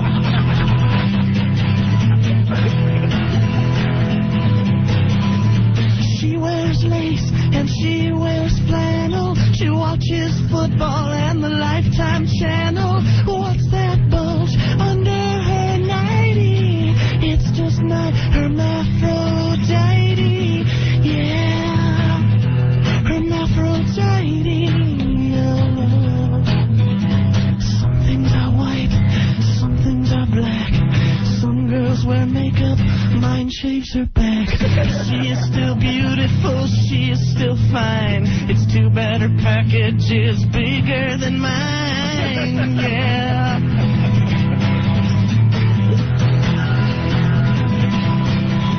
She looks like Cher, but she's built like Sonny. She loves Brad Pitt and finds the Three Stooges funny. Who's that girl with the grip so mighty? It's just my Hermaphrodite, yeah. Hermaphrodite, Hermaphrodite, Hermaphrodite.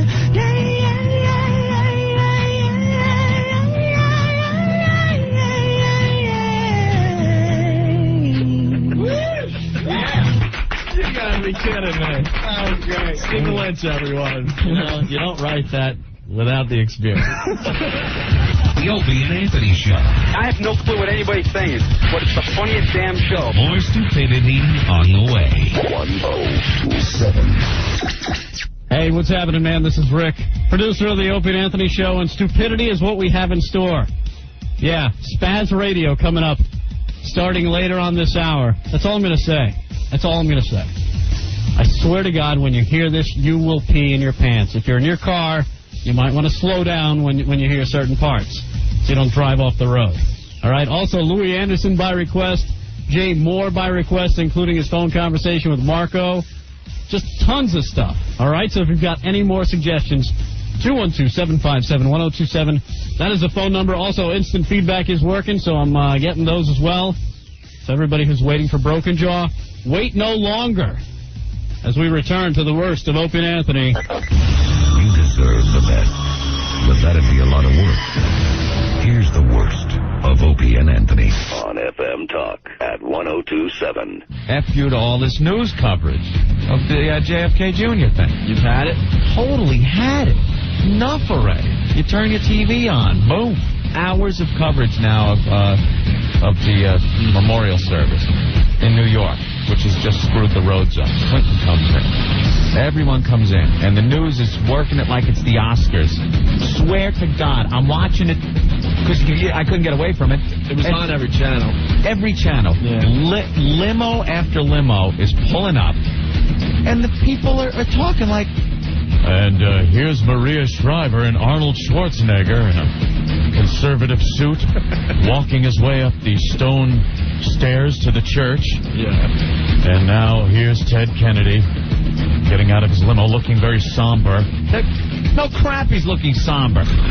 He's looked somber for a week now, and you've showed every single piece of it. I mean, they should have had Joan Rivers out there on the carpet if they were like doing it like the Oscars or the... Jesus Christ. No, William Kennedy Smith, look at him. Hey, rapist, come here.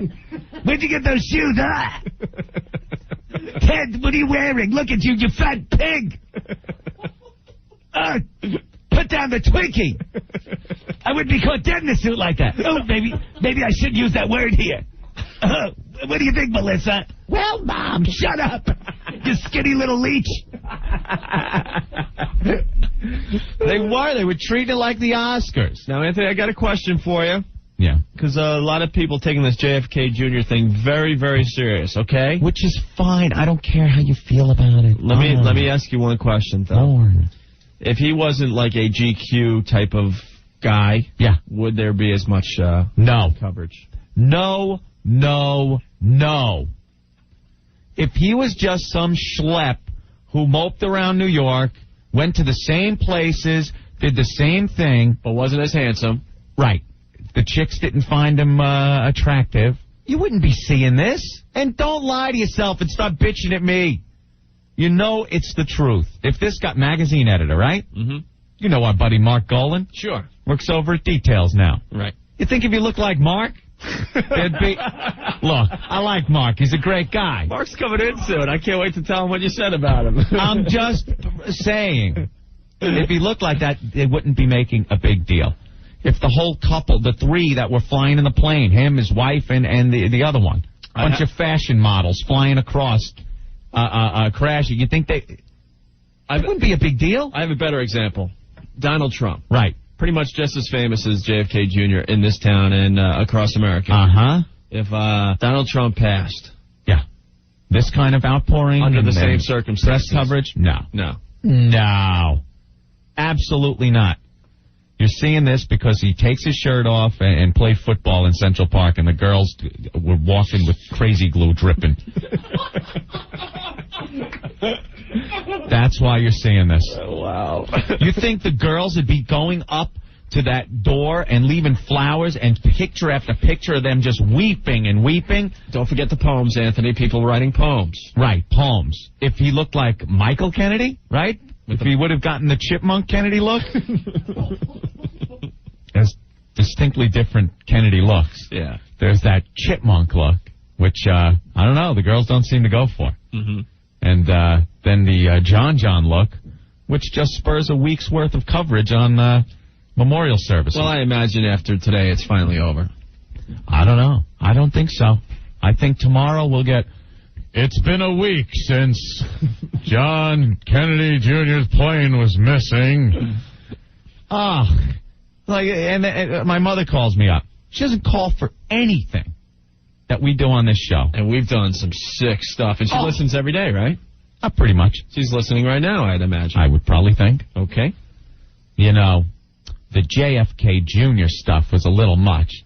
I'm like, Ma, the show isn't for 60-year-old women, number one. And then she's all, you're going to have to talk to your Aunt Fran because she's pissed at you, too, with the JFK things. We liked him very much. And then she goes, and who couldn't because he was some hunk. Prove my point right there. I go, what did the guy do for you? Did he do anything for you? Memories of him saluting the coffin of his... Oh, please, if I see that picture one more time. He had no idea what he was doing. Look, he was a great guy. He lived his life here in New York, just like many of us do. They keep saying a regular guy. Went into the bars and actually drank and talked to people. All right. Any other regular guy dies, what happens? Well, and you know what? He'd still be down in the bottom of the ocean. And you know when he saluted his dad during the the funeral procession. Oh, you think at 3 he thought that one up himself? No, but they have footage of the Kennedy family on vacation where Jacqueline was teaching John how to salute. Of course. So if you see the footage, you see her bend down and whisper, salute. Do the salute. And he saluted. He had no idea what he was doing. He had no clue. Didn't even remember it. But, I mean, the coverage and everything, a little bit of overkill here, people. All right. I'm tired of hearing the reasons why it is. They're all on the news. Tom Brokaw, all over there today. It's wonderful to see John F. Kennedy Jr. was a man who lived his life like many of us would like to live our lives. John, tonight on Nightline, 18 continuous hours of coverage of John Kennedy with me, Tom Brokaw, NBC Nightly News. We start with photos of John as a zygote in the womb of then First Lady Jacqueline Kennedy. Here it is, the pictures of the JFK sperm as it swam up Jackie's crotch, fertilizing the egg that would later make John. Well, how much more can they do, for God's sake? Wow, this is wonderful. Here's John attaching himself to the wall of the womb. We're going to do this a broadcast in real time, so in 9 months from now, I'll still be on the air. We'll do the delivery. Tom Brokaw, NBC Nightly News. Here's Jackie in labor. Look at John's head poking out. Already that full, thick head of hair of his popping out of her gash. I'm getting really tired of it. Wow. We don't need more Tom talking, and it's all the same stuff. Yep. John F. Kennedy was assassinated. You see little John saluting the casket. Oh, that's the billionth time we've shown it today. We're pride. Here's John playing football in Central Park like a real human being. Anthony, what's up? Yo. Hey, how are you? Hey, what's going on, you guys? All right, go. Hey. It's funny that Anthony's talking about that. I wanted to send an FU out to Tom Brokaw. I was listening to him the other day, and he says, and JFK Jr. is playing on the way to Martha's Vineyard, where there's fine vineyards, people in white, lots of tennis courts. I'm like, what are you talking about? Because they have nothing left to say. Exactly. You know what? End your broadcast. There's nothing left to say. Done. I know. Martha's Vineyard. Let's go back 10 billion years and talk about how Martha's Vineyard was formed. The glaciers pulled back north after the Ice Age, leaving deposits of soil, which later turned into the tragic location of John's egg. Who is this Martha, and where is this vineyard?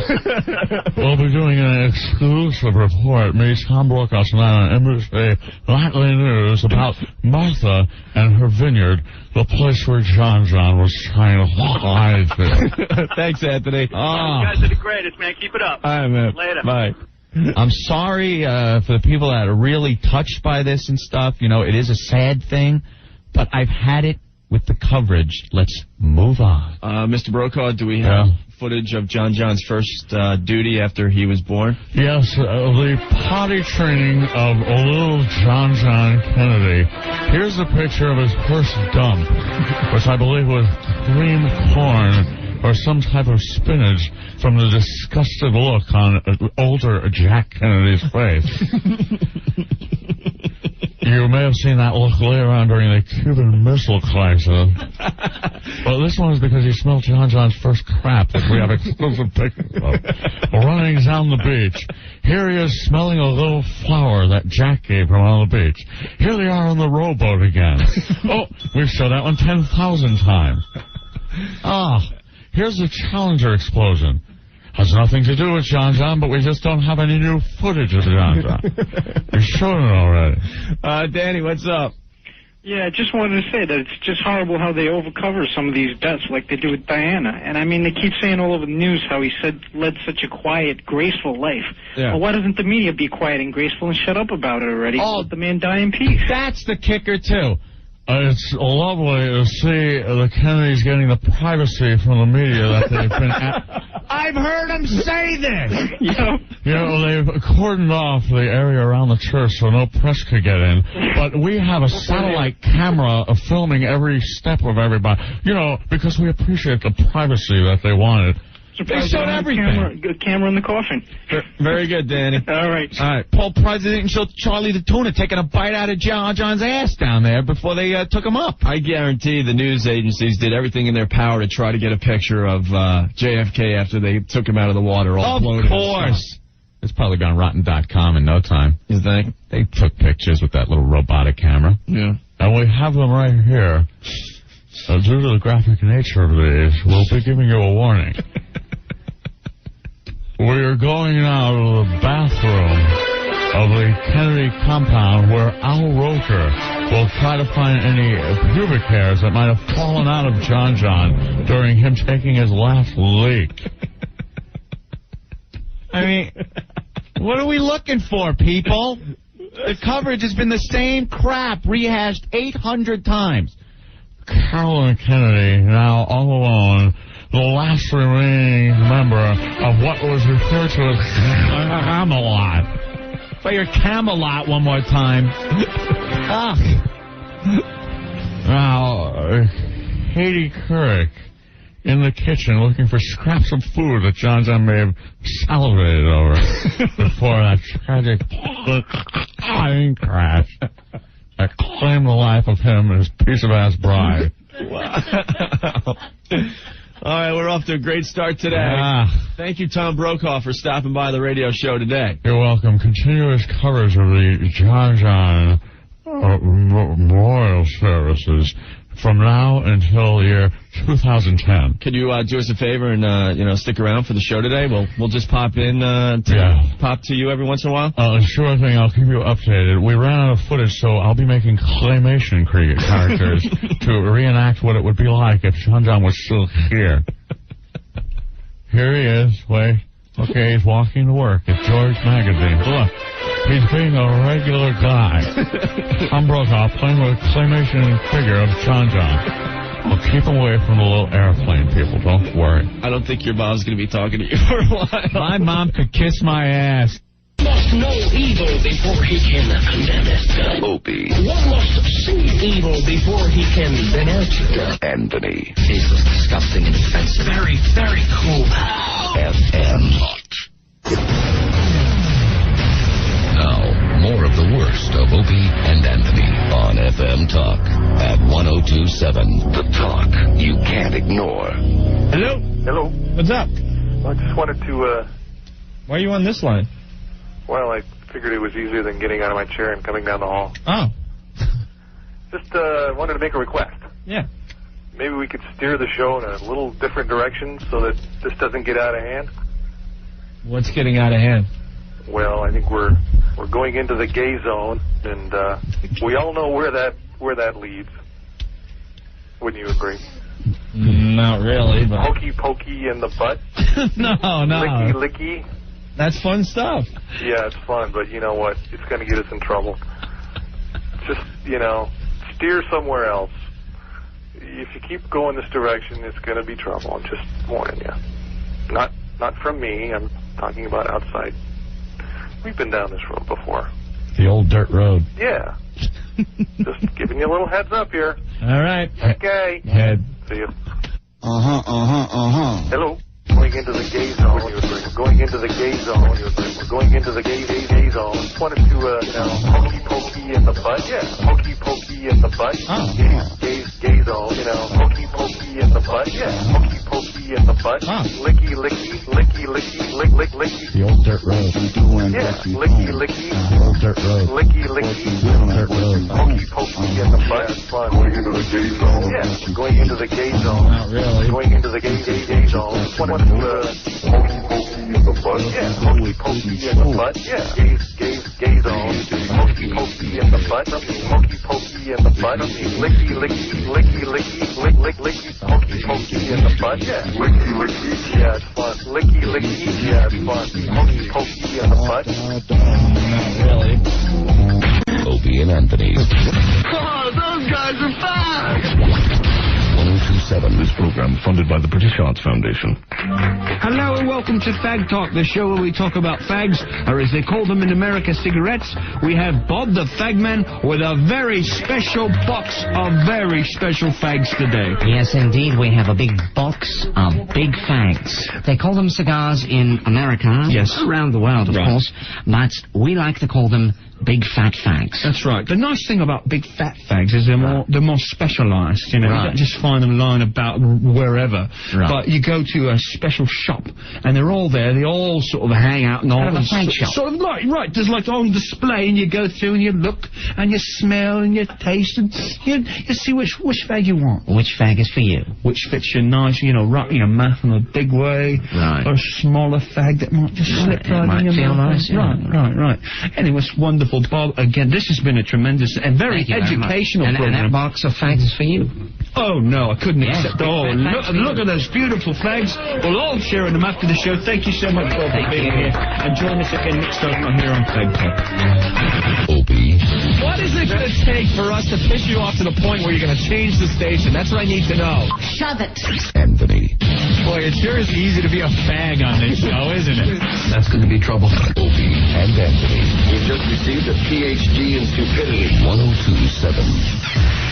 Hey, what's happening, man? This is Rick, producer of the Opie and Anthony Show. Doing the worst of for today. Tomorrow, the last worst of, until the guys return live in studio on Monday, January the 3rd. God, I love that fag talk bit. We got to play more of those before the end of the week. Any requests for bits? 212-757-1027. Our own fag man, Spazz. He's going to be featured in these next bits. He's also going to be working the phone, so ring him up. 212-757-1027. Instant feedback is working. Taking lots of requests for bits on that. Let's not delay it any longer. It's the first installment of Spazz Radio. Crank it up, check it out, especially if you've never heard this before. And if you're in your car, I hope you got airbags. Today, you're stuck with the worst of Opie and Anthony. On FM Talk at 1027. It's Opie and Anthony, and in the studio we got Spazz, our buddy, our pal, who works on the radio show. He hasn't been on the radio in a couple of weeks, thank God. But he's been busy screening the phone calls for the radio, and he does a great job. Right, Anthony? Absolutely. I think we could agree on that point.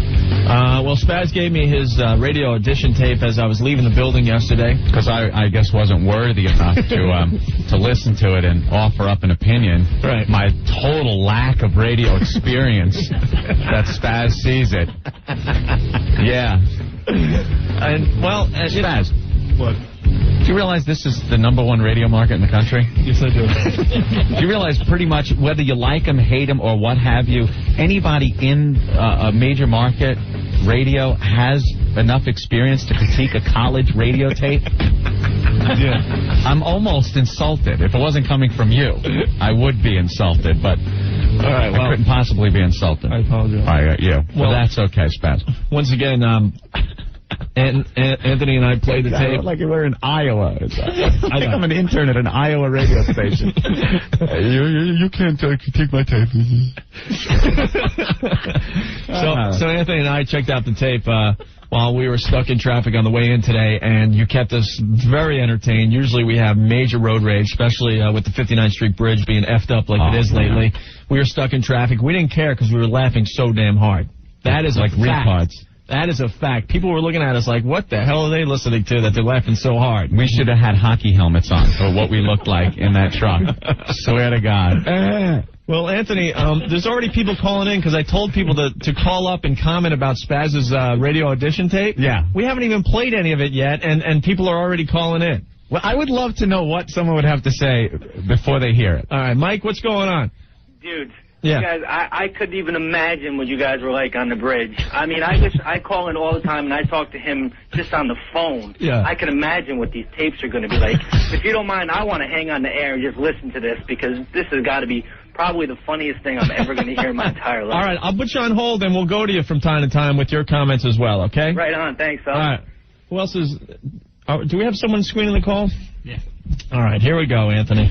All right. So I guess we could get into Spazz's audition tape. Well, let's get right into it. This tape was made when, Spazz? Over the weekend? Over the weekend. Yeah, over the weekend. Because he's talking about some current events in this tape. He's talking about Khalid Muhammad's Million Youth March. Yeah. He's talking about the killer mosquito. Yeah, don't get confused. This isn't a tape from years ago or something at a college radio station or anything. This is just this weekend. Right. A couple days ago, he's talking about the Subway series a little bit, kind of. A little baseball talk. I'm making a mad dog right now. You better watch it, Maggie. And he has some comments about Hillary Clinton. Mm-hmm. Politics. Good. Politics. Well-rounded. And Janet Reno out of nowhere. Oh. All right. So we're going to play the first break, Spazz. All right. This is you opening up your radio show, right? Yes. Okay, what were you trying to get across in your first break here?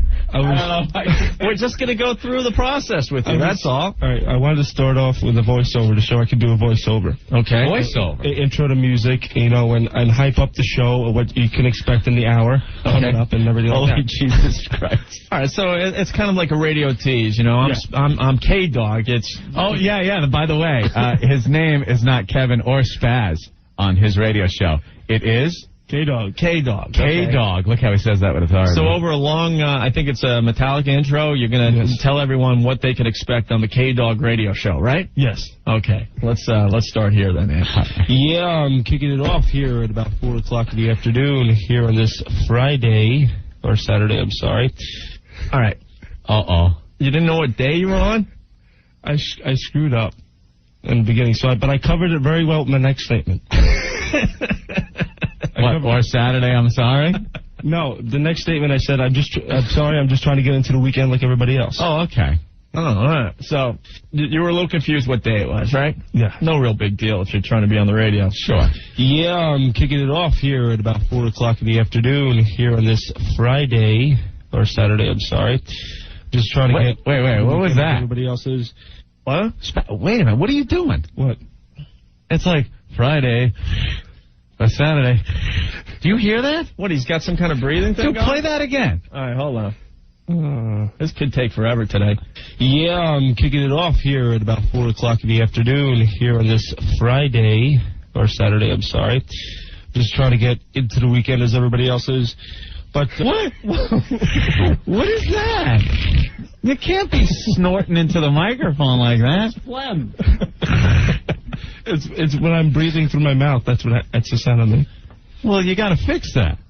Or something. All right, so the K-Dog radio show has begun, Anthony. Yeah, how would I know? Right. Mr. Inexperienced. The K-Dog radio show has begun. All right. And so far, Spazz is not really sure what day it is. That's a good start, though, Spazz. Sure. All right. But we're going to kick it off the little program here with a little bit of Metallica. And he walks away from a little bit here. Good mic technique. All right. Anyway, yeah, we're going to be getting into more of the music with Rob Zombie and Rammstein and other good stuff. We're going to be talking about some news going around. There's a killer mosquito going around in Queens right now. The Mets, the Yankees, get into that Million Man Youth March. We'll see how good that goes. Million Man Youth March? What? Million Man Youth March? It's the Million Man March or the Million Youth March. Never both. You can't be a man and a youth at the same time. The Million Man Youth March. I like that other part. I know, wait, I'm going back. So the comments about, riots or something. Hold on, here we go. The Million Man Youth March. We'll see how good that goes. You see the riots right now. Anyway, as everybody fears for their life in Harlem. Listen. Spazz is like bashing black people. Right off the bat. What's up with that? I was trying to make people are fearing for their lives? You're wacky. So they're fearing for their lives, and they're like, what the hell, I might as well tune in the K-Dog radio show?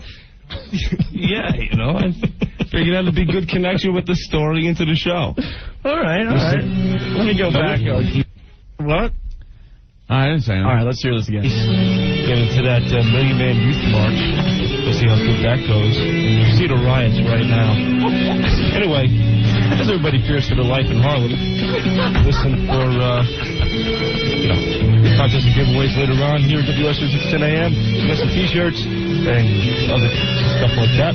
Anyway, let's just continue on to music. We're going to kick it off with Metallica, Fade to Black, here at WICR 6 a.m. on the College Radio. Phone number 633-2369. Drop off any request, drop a dime, let me know what's on your mind. Go up to the studio. K-Dog, 6 a.m.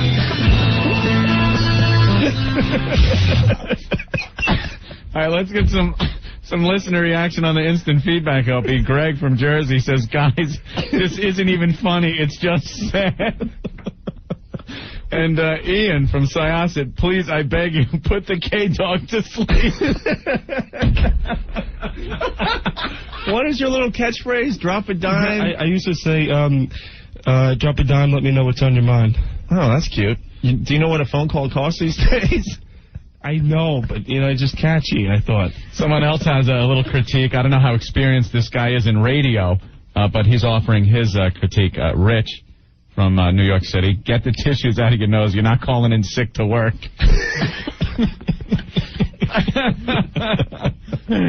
Let's go to the phones real fast, Ant. Frank, what's up?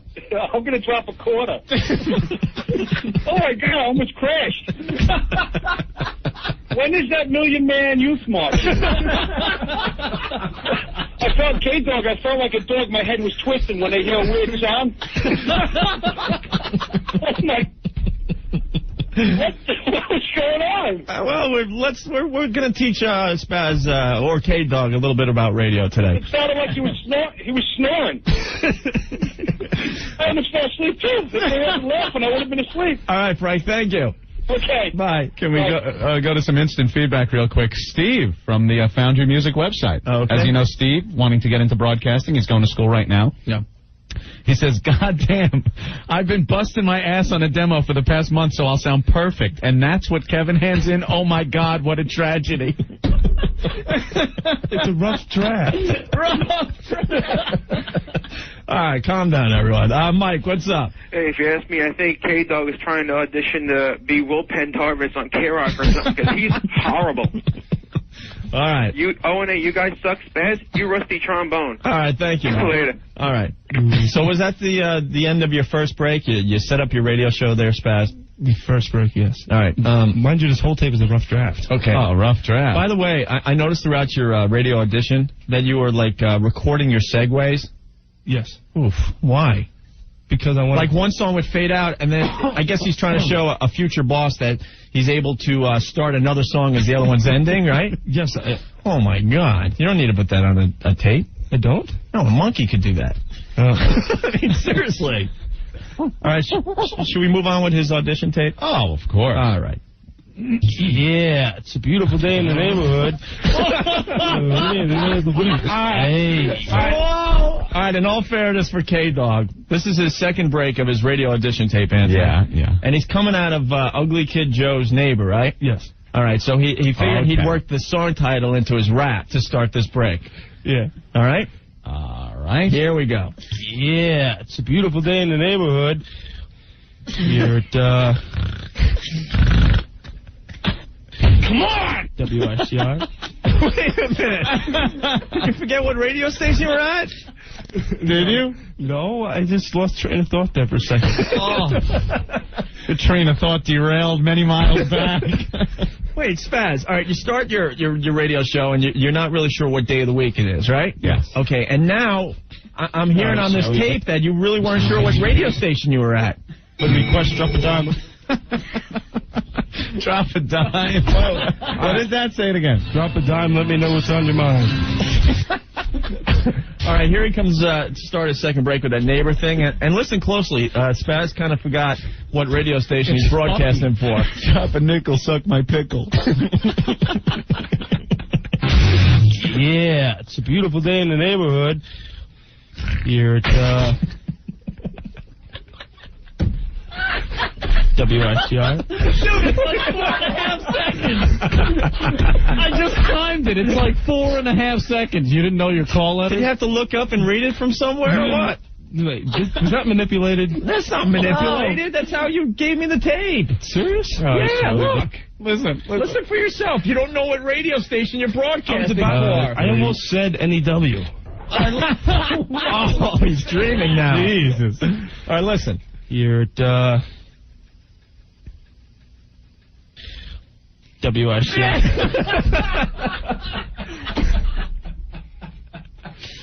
It's like, you're at, W1?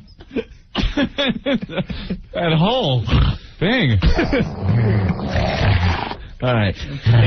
All right, so you had it's the K-Dog, so he's growling. Oh, I get it now. Holy jeez. All right, so you had a little trouble trying to remember what radio station you're at. I guess that happens with all the pros in the biz.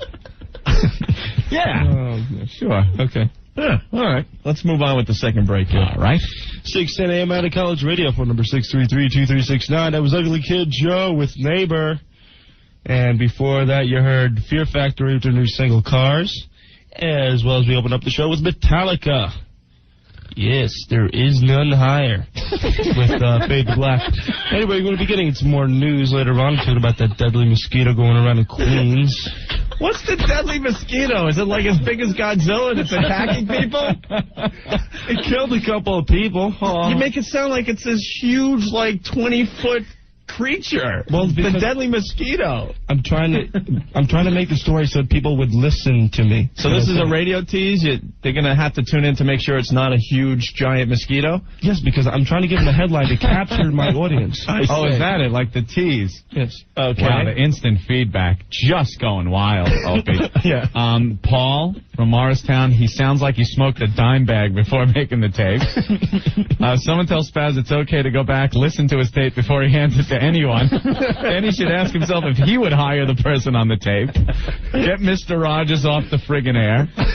Donald in the Bronx says, I'm going to drop a grenade. This is more painful than watching Ben Stiller get his schween caught in a zipper.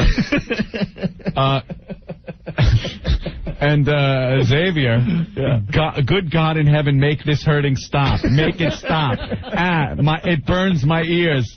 Get this effing sorry ass off the air. Menon from Brooklyn, I'd rather wear a Cleveland steamer than hear the rest of this. Greg in Jersey, guys, please tell me that this is a bit and he didn't really do this on his own. So the feedback's just pouring in. Billy, what's up? Hey, guys, how are you? All right. What is it, one giant mosquito? That's what I was trying to tell him. Like Rodan flying around Queens somewhere? Yeah, it's doing a flyby, for God's sake. The giant mosquito that's killing people in Queens. Come on. 3 people. Hey, this is Don Imus. This is annoying me because I had Moby Worm, the giant worm. Remember that, baby? Hey, Spazz, am I experienced enough to critique your tape? Yeah. Just wait when he tries to pronounce what the people are getting from the giant mosquito. Spazz, I think you need a big fag cowboy hat like Don Imus. Now let's say it. WNBC.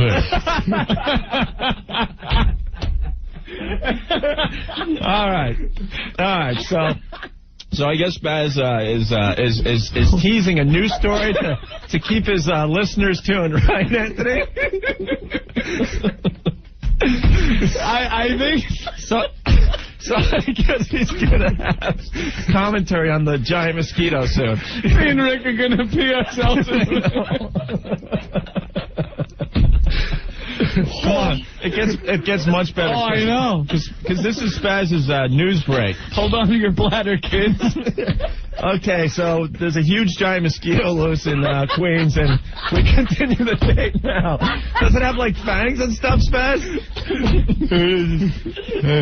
It's right in the story right now. It's a big giant mosquito. All right, here we go. Let's move on. Let's move on with the tape. If you're just tuning in, we're listening to Spazz's radio audition tape. Just wait till he talks about the Million Youth March. If he said LaGuardia, we come out LaGuardia. Let's do a little traffic report. Watch out for the traffic by LaGuardia Airport.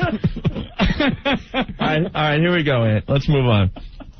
I'm not going to even get into Hillary. I don't want to discuss that.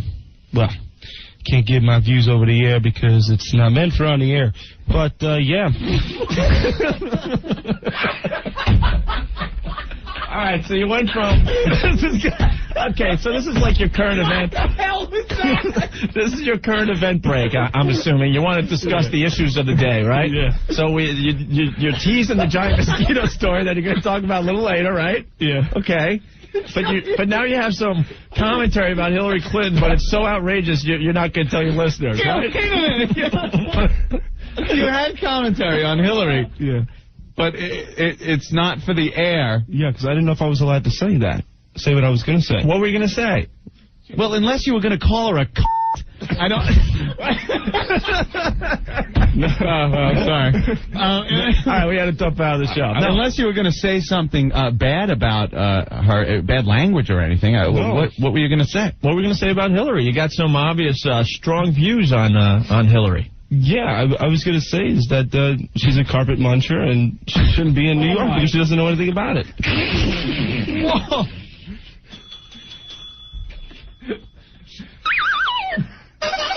Oh, carpet muncher.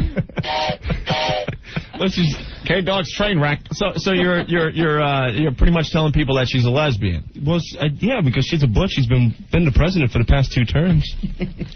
She wore the pants in the family. Jesus Christ. All right, so I guess what I'm getting from K-Dog's radio audition tape, there's a killer mosquito loose in Queens, and Hillary Clinton is a carpet muncher, right? Goddamn, I would listen to this every day. I swear to God. I swear to you, if this was on every day, I would listen. K-Rock ought to hire you. I swear I would listen every day. You're definitely better than Stuttering John. I don't know what the hell's going to happen. Much, but okay. So, giant mosquito. Hillary Clinton is a carpet muncher. Right. Let's continue. Not a carpet bagger. No. He's getting away from politics. All right. Wait. Hold on. I got to go. The phone's really fast. Chris, what's up? I can do better than that, and I'm not in radio, and that's a challenge. All right, Chris, thank you. Mike, what's going on? Hey, what's going on, fellas? Hey. Listen, I tell you what, I just about peed myself sitting here for the last 10 minutes on the line. I gotta tell you, Anthony, I can understand why he didn't give you the tape to critique. You know, K-Dog's vast experience in the music industry has led him to where we're at right now. And I can just imagine where his career is headed to. He's gonna be beyond what you guys can even imagine. All right, Mike. Take care, fellas. All right, Jesus. Can we have some more some more emails coming in? They're just coming in like crazy. All right, go ahead, Ant. Johnny thinks K-Dog should spend more time licking his things. Good God in heaven, Spazz shouldn't even do commentary for the Special Olympics. Joe Lyons from Comedy Central checking in. The Grease Man isn't as racist as Spazz. Oh, that's right. He had a comment about the Million Man Youth March. The Million Man Youth March. Yeah. Johnny from Brooklyn. What's wrong with Spazz? His mother must have dropped him as a baby. Corey, does Spazz have the ability to speak in complete sentences or have a complete thought? What a tool. And Rich, neither is K-Dog meant to be on the air. Maybe in the air when he jumps to his death after this critique. So people just checking in like crazy, K-Dog. Yeah, and if you're just tuning in, once again, we're listening to Spazz, a.k.a.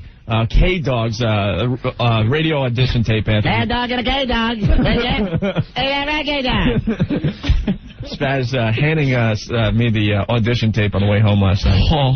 All right, so I guess we're in the middle of Spazz's current events break, Anthony. Right. Giant mosquito, Hillary Clinton. Yeah, we just found out that Hillary Clinton is a carpet muncher. Oh, yeah. Are we going to go back now to Spazz Radio? Spazz Radio. From the top of the Spazz building. All right, ready? Mm-hmm. All right. Dan Marino getting some heat about the thing in Waco. Yeah, that thing. That little distraction a couple years ago. You also got some news on the... Wait, you didn't bring up Dan Marino, but you don't even... Did you elaborate? Elaborate on your thought? Hold on, I got to go back again. That thing in Waco. Yeah, everybody knows what that was about. Yeah, but catching some heat. Why is she catching heat? What new developments have we found out about what happened at Waco 2 years ago? Or... however many years ago it was? It was an error on my judgment to not speak about that. Well, do you have any thoughts on Janet Reno in Waco, Texas, Spazz? None at this moment, but I will get back to you. Do you think the government's holding information from us? No, but I just think that Reno probably is getting a bad rap because I know how it feels when... Huh? Go ahead. Sorry, go ahead. Because I know how it feels, you know, when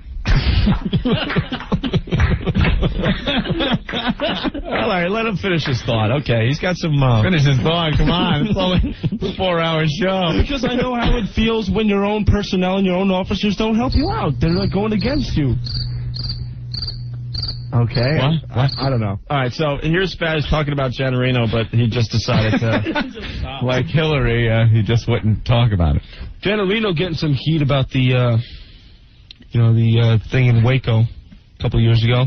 You also got some news on the Mets and Yankees and other such good stuff. The Million Man Youth March. Give my commentary on that pretty soon.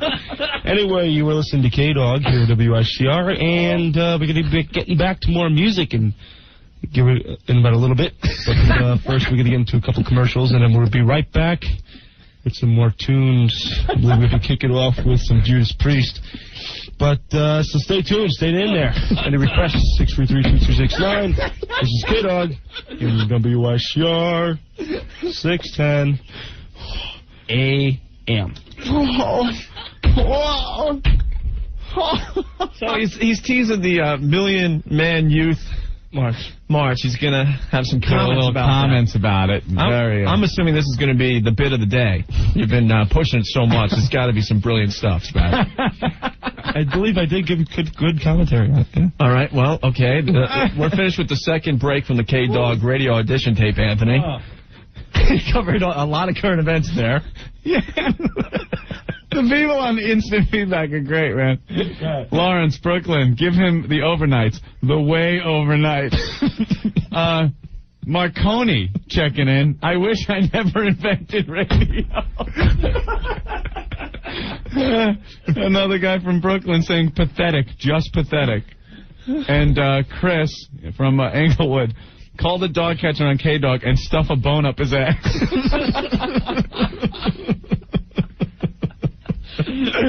Well, let's go to the phones real fast. Craig, what's up? Hey, what's going on? How are you? Listen, I got one question. Yeah. The K and K Dog. Yeah. Is that short for Corky? Thank you, Craig. Totally out of control. You guys suck. All right, bye. Rooney, New York City. Waco is a current event. In other news, Hitler catching some heat over that Holocaust thing. John, what's up? Guys, this has got to be a skit, right? I swear to God. No way. I used to give him the benefit of the doubt. I know you guys picked on him too much. Spazz, you're an idiot. I am going to be hacking up Phlegm from laughing so hard. Be real, guys. I swear it is, John. Thank you. Oh, my God. All right. It's a rough draft. Well, we understand that, Spazz. That's why you came to us, and we're gonna help you out with your next tape, all right? Okay. Tony from Milford. My wife is an Iona graduate. She just threw away her diploma. Thank you for proving Westchester Community College to be the premier higher learning institute. God, the listeners are great, man. All right, I shouldn't be allowed to own a radio. Tim, you've been waiting a while. What's up? Oh, guys, let me tell you. This has been worth a half hour wait. Oh, cool. Spazz. Yeah. I always used to call you Kevin. When you pick up the phone, now you're effing Spazz. You know what he sounds like? Huh. You take a 45 and you put it on 33 1/3. Hi, guys. Like the mad scientist in the Bugs Bunny cartoon. After he sniffed the ether. Hello, rabbit. Let me tell you, Spazz, as a college graduate, oh, Jesus Christ. God help my son. All right, Tim. Later, guys. Bye. The president of Iona College just threw himself on the tracks of Metro North and put Spazz in a traffic copter and shoot it down. And I hate to say this, but we definitely got to take another break. We've been talking for like a half hour.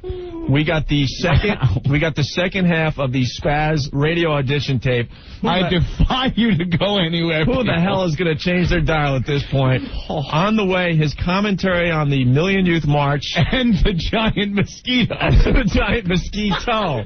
It's one giant mosquito killing people in Queens, according to Spazz. Yeah. And he's got some tips on how to prevent getting bit by the giant mosquito. Oh, there he is. Whoa, there he is in Astoria. Wow, just trudging up the Van Wyck.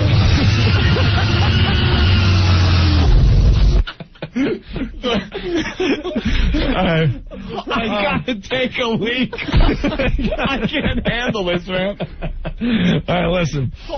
We gotta blow out some commercials. Please stay right there. We'll get into the second half of K-Dog's audition tape to become a radio DJ. I swear to God, if there's program directors from other radio stations listening, you're crazy not to hire this guy. Pick him up in a second. Hire him, put him up against us, and see what happens. All right, Ant? All right. Please don't go anywhere.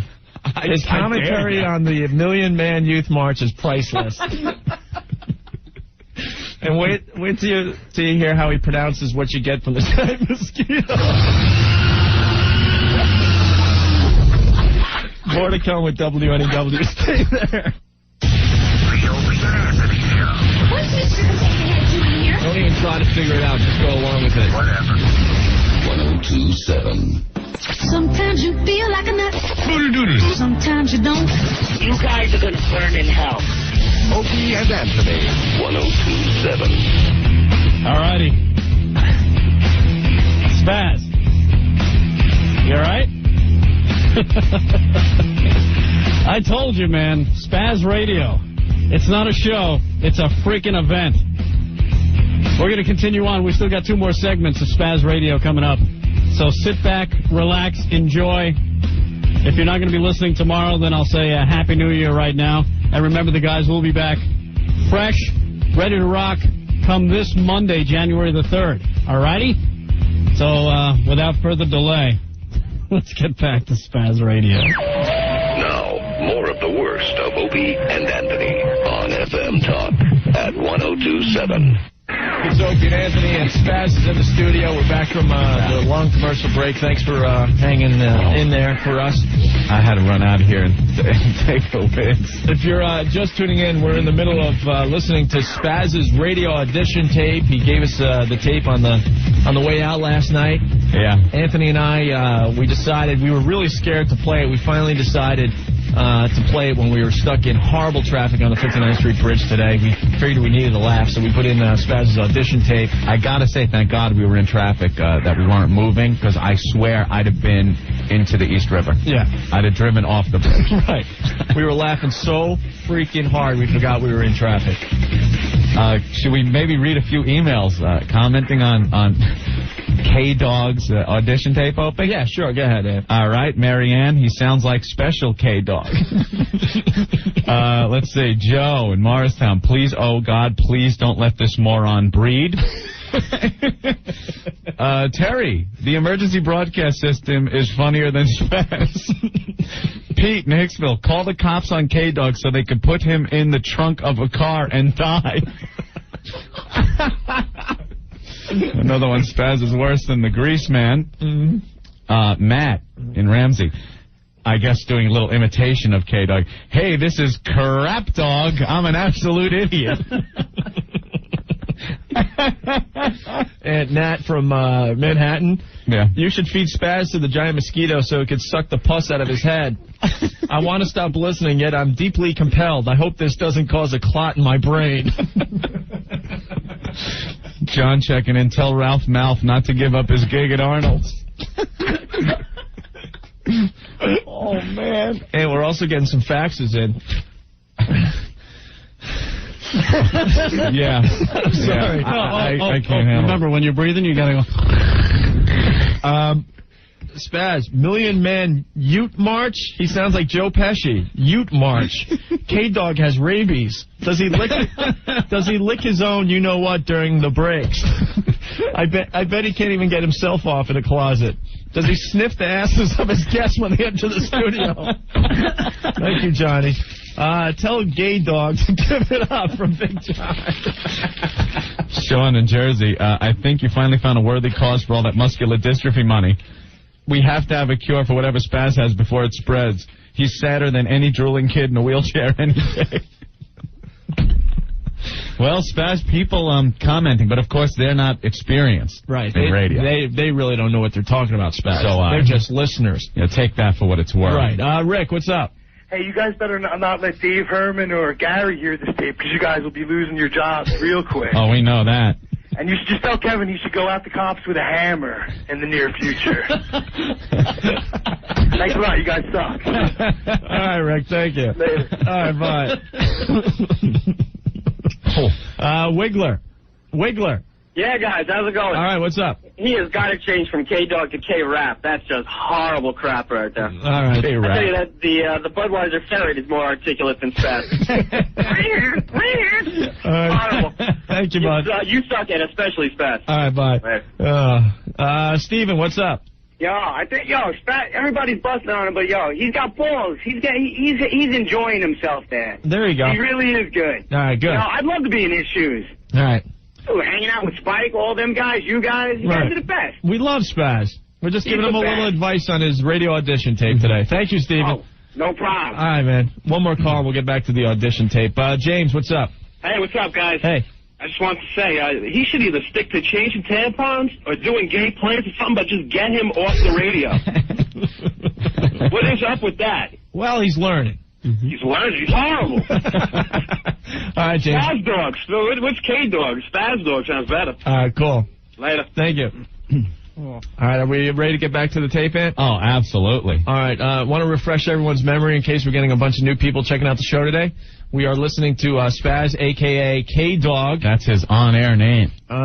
It's his audition radio tape. And so far we learned on this tape that there's a giant mosquito killing people in Queens.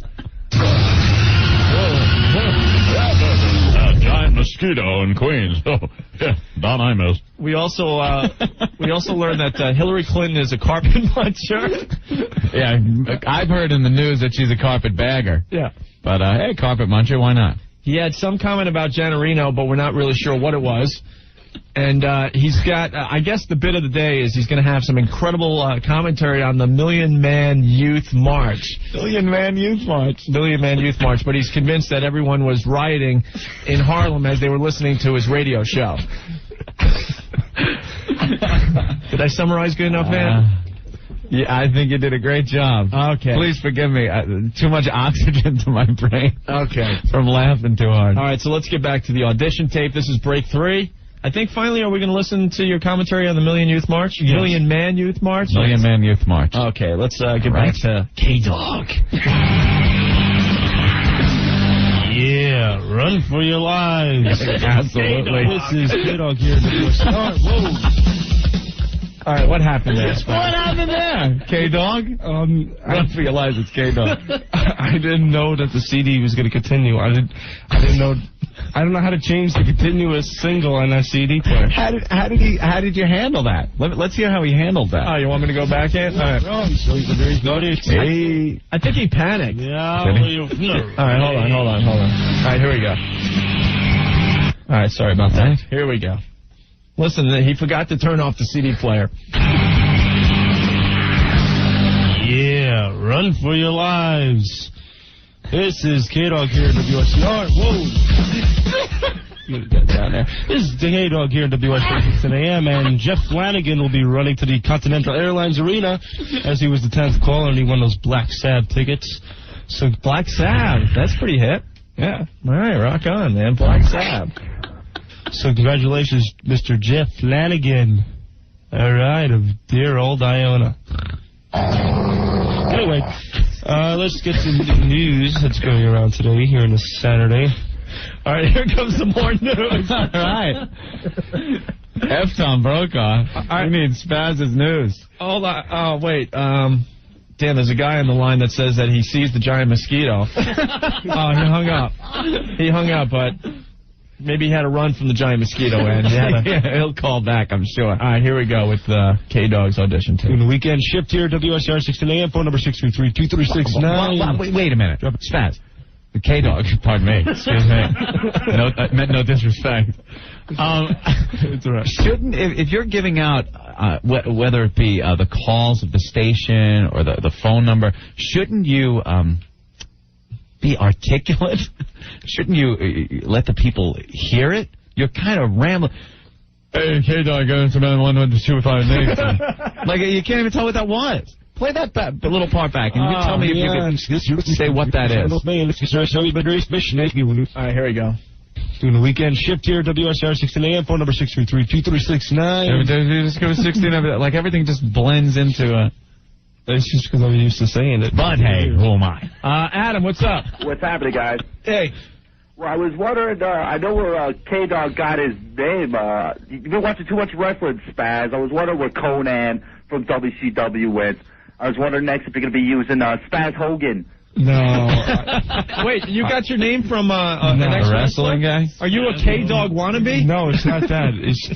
He happens to have the same name. I just picked that name out of the blue because I had another name which I didn't particularly like, so Macho Man was already taken. No, I had another name, but I didn't want it anymore, so I chose that one. What? Howard Stern? No. the name I had before K-Dog was Dr. K.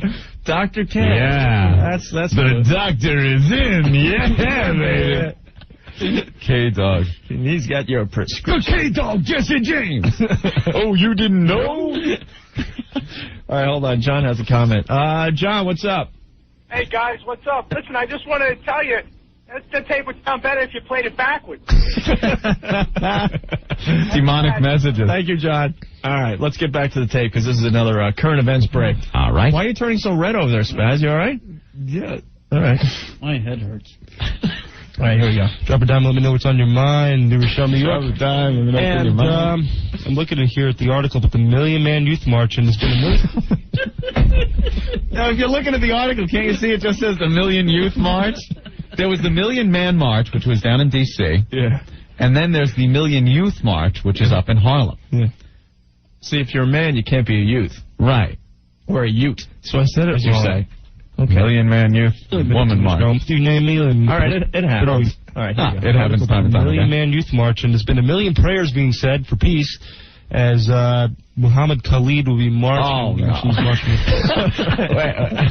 marching. You could say Muhammad, Khalid, or his name, Khalid Muhammad.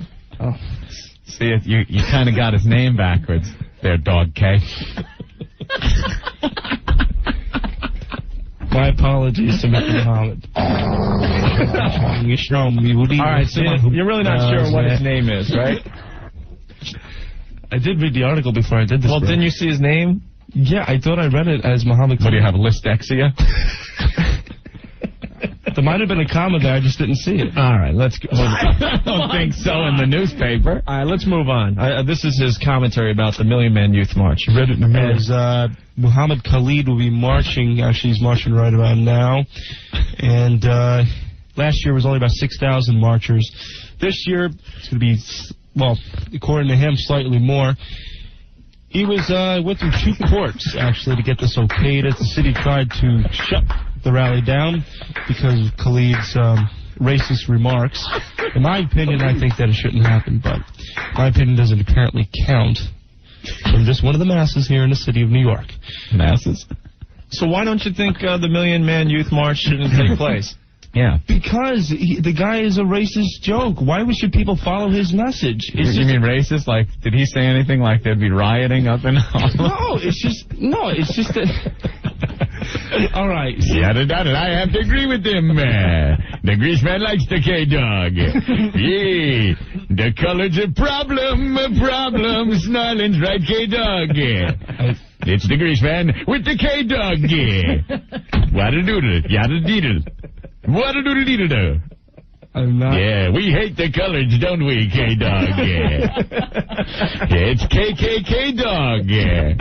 Wada-doodle. Look at his hood. Wada-dee. Snarling's bone dry. grease man with the KKK dog, yeah. Whatadoodle. Yeah, me and the KKK dog, we don't like the Jews either, eh? And the chinks, yeah. Whatadoodle. I am not racist. So you don't agree with Neither am I, yeah. So you don't agree with Muhammad Khalid's message of hate or hate and violence? I don't believe hate and violence. Okay. All right. All right. That's good. Okay, here we go. Anyway, yeah, the march will be happening in somebody. Yeah, with it. Oh, my head. And you got more instant feedback over there. There we go. Punch it up. Holy Christ. It is. Oh, my It God. is priceless, man. Eric, what's up? Oh, hey, how's it going, guys? Right. Hey, listen, did WNEW hire Spazz strictly for entertainment purposes, or did they actually think that he could intern for this radio station? The only great justice that could be done is if the giant mosquito flies up his ass and explodes. He is absolutely horrible. I'm embarrassed to be a communications major listening to this, guys. I can't believe how bad this guy is.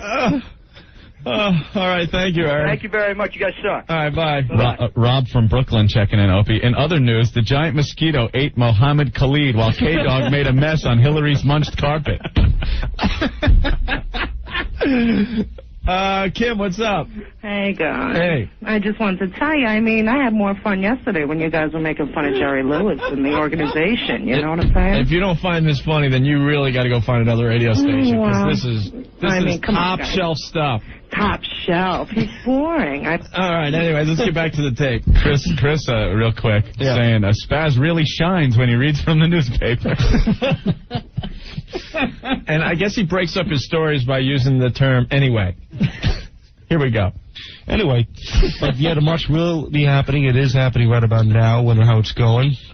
And the police did promise to, be in less amount of force this year. Basically, what it is that they're going to have 1,500 less officers there to close down the rally this year. There's going to be no riot gear, no helicopters swooping in to tear up the place, and well, the cops tore up the place last year. Is that what they did? You might as well just tell the people that the cops are going to keep their fire hoses at home. I was looking for a phrase to say, and that's the first thing that came to mind. All right. Let's move on. Yeah, that's basically it. So I hope the courts are happy, and it'll be their fault if something happens. Yeah, that's what I say, yeah. It's bound to be bad if there's black people there. Yada doodle, the grease man here with the KKK dog. So it's the court's fault? Wow. Are you an American? Are you from this country? I can't believe you're more offensive than the grease man. Do you understand they do have the right to have this march? Yes, but it is America. Most people don't agree that he had the march, but it's up to the courts to defend that. Right. Well, it's called freedom of speech, you idiot. I know, but Giuliani fought it. All I'm saying is that if they promote hate and violence, and that's what happened last year, why? I want to promote hate and violence. I don't want anyone else promoting it. No, why would the court allow history to repeat itself? Yeah, to do. I agree. Yeah. I agree. Yeah. If it's brown, keep them down. Yeah. That's what the grease man says. And the KKK dog. Yeah. All right, are we almost done with your commentary? Yeah. Million Man Youth March Spazz. That's the end of the. Now we go to the mosquito. Oh, the giant mosquito. Oh, we're going to the giant mosquito. Yeah. Hold your hats, people.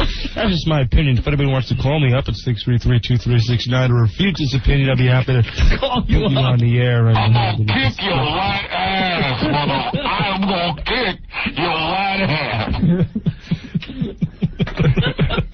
I didn't mean it for all blacks. I just meant people who follow his message.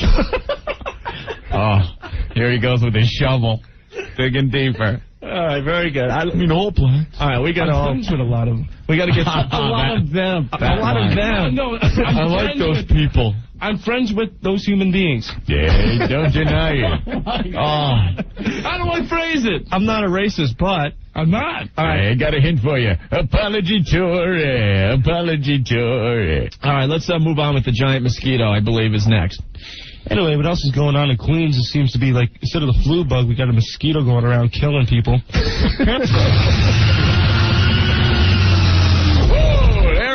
Oh, giant mosquito seen crossing the Triborough Bridge. Whoa!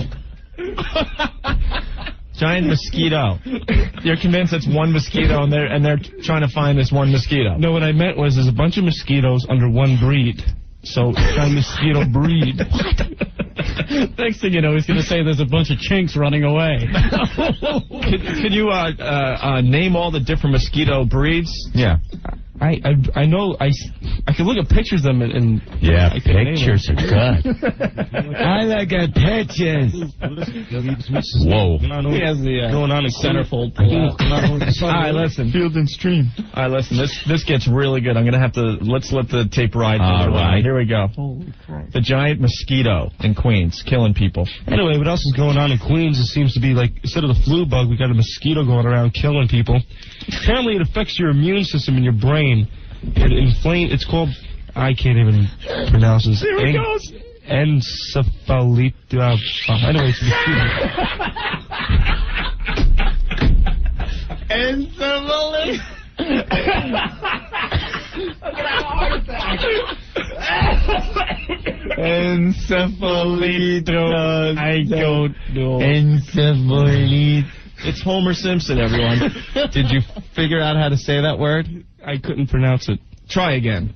I need the word in front of me to pronounce it. All right, someone give him the word. Oh, no. I'm sure it's in the newspaper.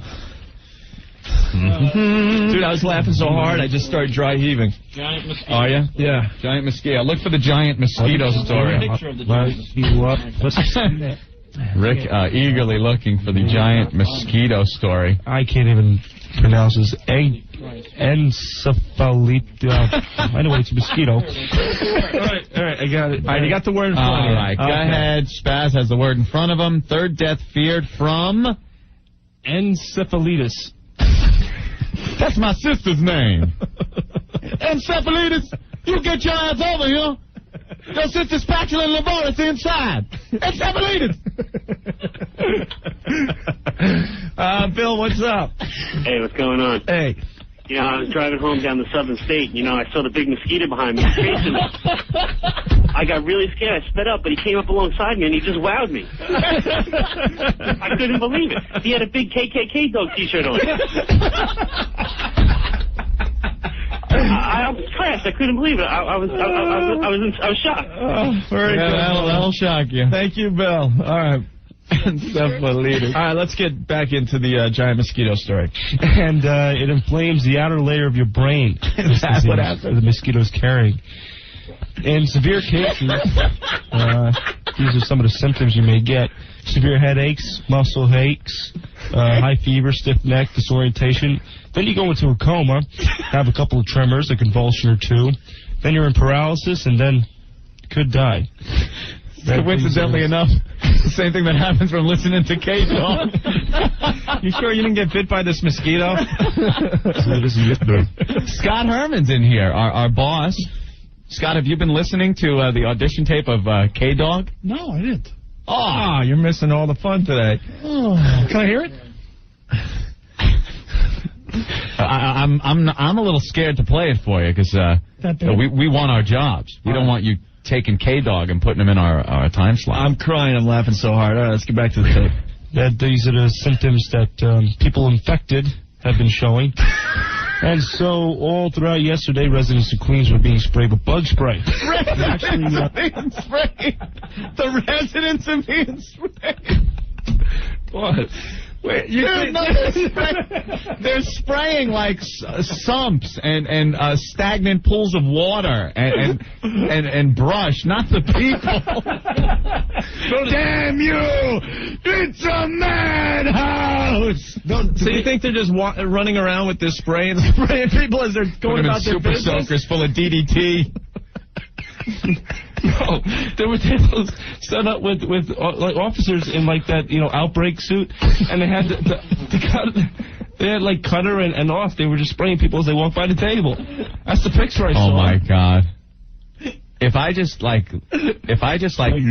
cracked his head open right now, would I be charged with anything? Or would it be a public service? This is scary. Frightening. It's just so all through. Hold on. All right, hold on. Let's get back to it. And so all throughout yesterday, residents of Queens were being sprayed with bug spray. Now, actually, there are ways to prevent yourself from getting hit with this mosquito in Queens. Hit with this mosquito. There, he tried to say, what's the word? Encephalitis. It's like you're from another country, you know? I'm gonna pee myself, I swear to God. Encephalitis, where's Bactine? Where's your sister Bactine? It's still a giant mosquito at this point, Ant. Yes. One large giant mosquito. Thank God they're spraying the residents of Queens. Just walking around with bug spray. Spraying the residents. In Queens, wear long sleeve shirts, long pants, socks when outdoors. Use insect repellent that includes DEET, D-E-E-T. Avoid outdoor activity from dusk till dawn. Remove water from cars and jars because that's where mosquitoes lay their eggs and, settled water. And check your home for tight-fitting screens indoors. Much like the rules of going out there in the summer, don't wear heavy clothing, don't run 100-degree heat. Just common sense, people. Follow it. Wait a minute. You're telling people to follow common sense. Yeah, to do this.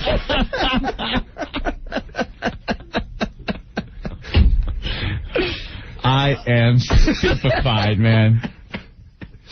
What? It's common sense, people. Follow it. Yes. All right, let's move on here.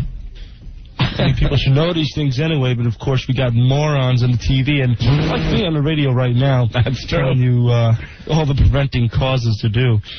Anyway, we're going to get right back to music. And we kick it off. Actually, it would have been a Renz Rammstein. Du hast. Yeah. Anyway, we got some more news along the way. We're going to talk sports. After this next song break, there's Du hast. Here at WICR. Where we break new ground.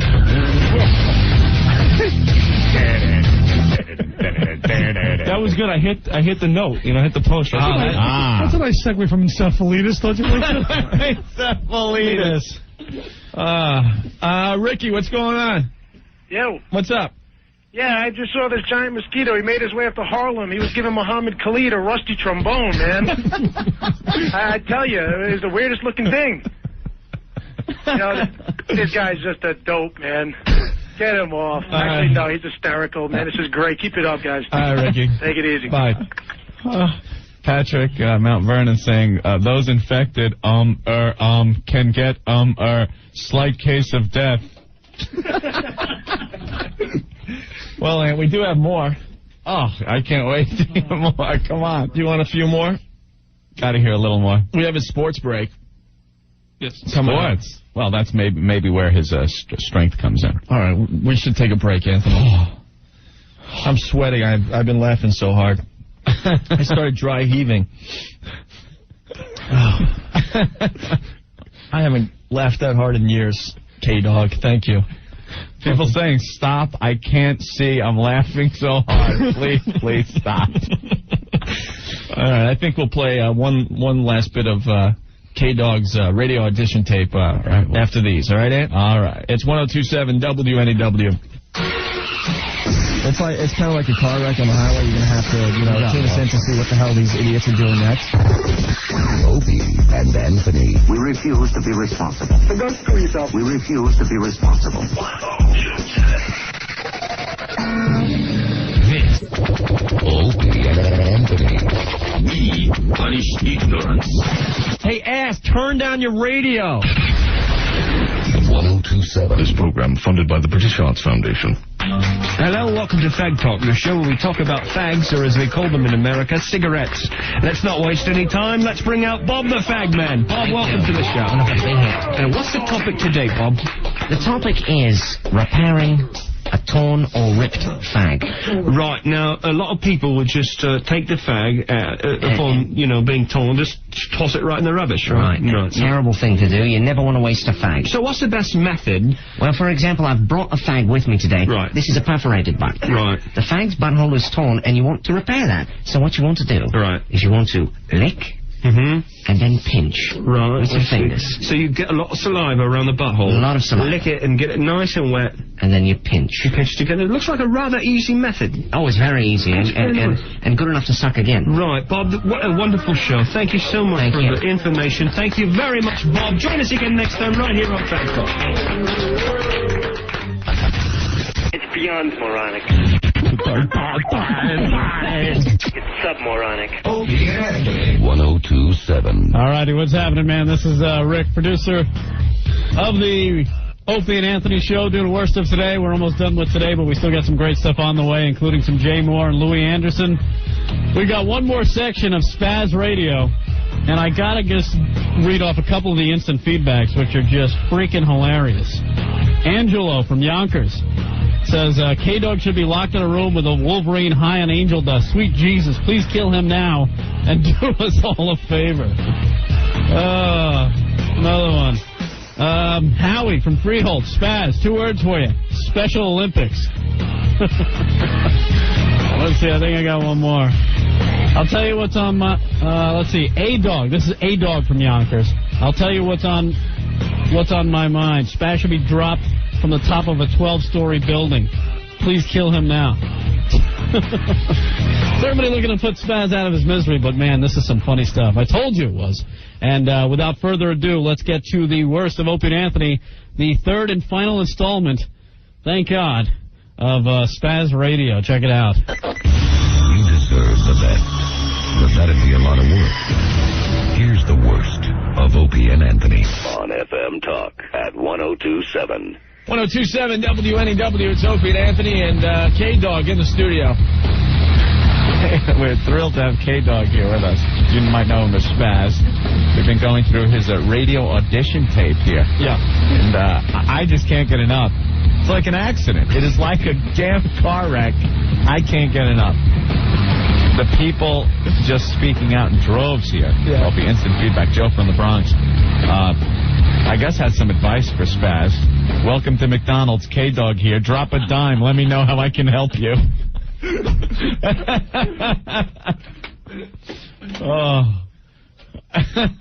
And Jimbo from this concert, I'm going to stab myself in the ears with a sewing needle. And then somebody else, I guess, wondering what you meant about what breed of mosquito is spreading. What's the disease? Let me get the word out. Encephalitis? Oh, that was close. Cephalitis? There you go. You had it right the first time. Litis, whatever. I said breed of mosquito. Yeah. What's he talking about? What breed of Down syndrome does he have?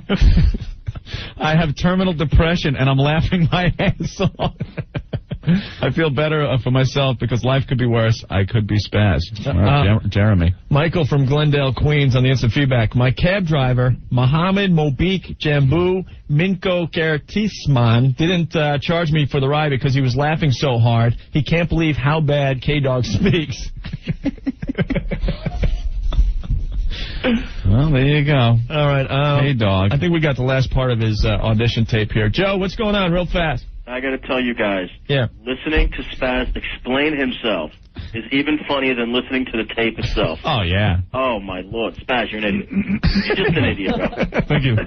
No problem. No, thank you. This has to go on your greatest hits tape, guys. Yeah, watch out for watch out for that giant mosquito if you're in Queens. Oh, got it. Oh, definitely. All right, got a big can of off. All right, good. Thank you. All right, Ed. I think we're moving into a sports break here. He's coming out of music. He's excited. He's in the middle of his radio show. And here we go with K-Dog's radio audition tape. Yeah. I am the super beast. K-Dog here in WSCR 610 AM on college radio. Phone number is 633-CD, 69 to CD for compact disc, and 69 for someone's lucky number every 7 seconds, according to statistics. What? Oh, my God. What were you trying to say there? That's another catch coin phrase I had in college. Ooh. I said, hey. our last 4 Wait. All right, you have some of these wacky catchphrases. What's the first one when you want someone to call you at your radio show? Drop it down, let me know what's on your mind. Okay, and what's your second one? The other one is that the last 4 numbers of our station number is 2369. So I say a CD 69, a CD for compact disc 69 for someone's lucky number every 7 seconds, according to statistics. Statistics. I think you said statistics, but and what does that mean? That somebody's in a 69 every 23 seconds? No. Every 7 seconds, someone is supposedly having sex. So what does that have to do with 69? 69 is the sexual position. Yeah, but does that mean that they're having like everybody having sex is doing a 69? They could be, if they're lucky. That's deep. Rob, what's up? Hey, I just spotted, that giant mosquito flying over Flushing. Hundreds of Japanese people are taking movies of it. In fact, here comes Monster now. Monster's doing some skywriting saying that Spazz is a jerk. And now here comes Godzilla. And spraying DDT out of his chest. I can't believe it. The people are going nuts. Just find one of those men that is walking around spraying people with bug spray. You'll be okay. Later. Thanks, Rob. Holy cow. All right, let's go. We got to move on to other stuff on the show today. We've wasted an hour and a half on this already. Statistics, I should say. Anyway, I keep forgetting to turn that off every time I played it on that CD. Station equipment, gotta get it fixed. Anyway, looking at the equipment, blame it on the equipment. And the Mets lost last night a heartbreaker, the 10th, 5-2 against the Rockies, as the bullpen just blew it. The Mets, actually last month, were in first place in the Eastern Division of the National League, but then that dwindled because Atlanta went on a 10-game win streak. Doesn't that blow? So then the Mets are stuck at 4.5. That blows. I gotta give it to him. You gotta give the kid a lot of credit. He knows his sports. That blows.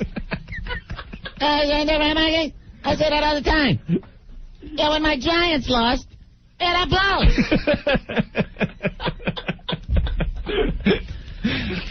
Mets lost a heartbreaker in the National League baseball thing on the planet Earth in our universe.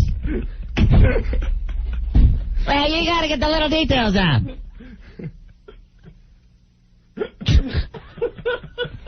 Yeah, right here in the Northern Hemisphere of this great planet we call Earth and its solar system, right? Spinning around the sun. The Mets. Lost one. Well, K-Dog, I think you could team up with Mad Dog, and you guys would have a great sports... Mad Dog and a K-Dog. K-Dog and a Mad Dog. Yeah, K-Dog, what do you think of the Yankees' chances here? Going on away. I don't like the Yankees. I don't like them either. I like the Giants. Boy, you're stupid. I never knew there was somebody that couldn't speak speaks worse than me. I can't even say to our router. At least I can say encephalitis. Encephalitis. Comes from a mosquito. A bunch of mosquitoes. Not a big giant mosquito, you fucking idiot. I get a K-Dog. And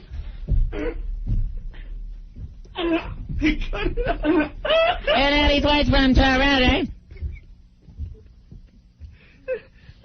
Encephalitis. Ain't that right,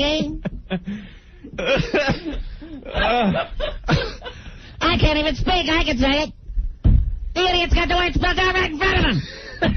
One of the few diseases that are spelled phonetically.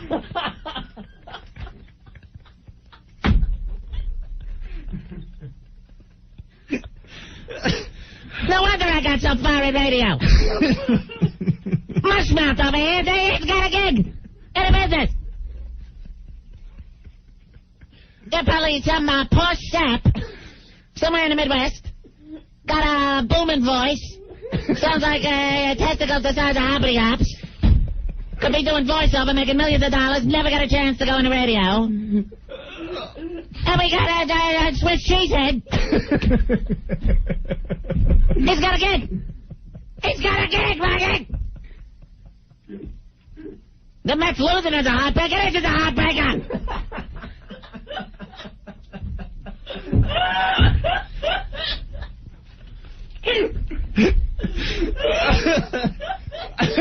I'm ready to quit the business. I'm going to become a speech therapist. Might as well. What the hell? If this tool can be a DJ, it's a everything. That's right, dog. I'm hanging out with the dogs, Mad Dog and K-Dog. Mad Dog and a K-Dog on the fan. Can you remember that, the fan?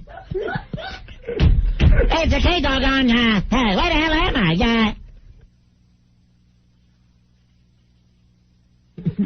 Can you remember that, the fan? Hey, it's a K-Dog on, where the hell am I? Oh, yeah, the fan. All right, we're in the middle of K-Dog's sports break here. Mad Dog. What next, Martian soccer? What are you going to comment on? Something on his planet? Or your home planet of Tatooine? Wherever the hell you're from. You're a freaking alien. It's gotta be. He can't be from Earth. Listen to him.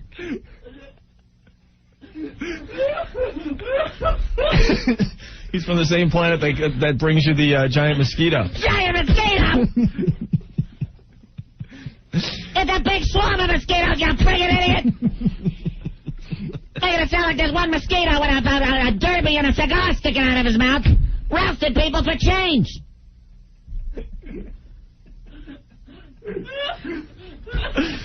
Mad Dog, would you like... Him and his partner in Cephalitis, the black guy.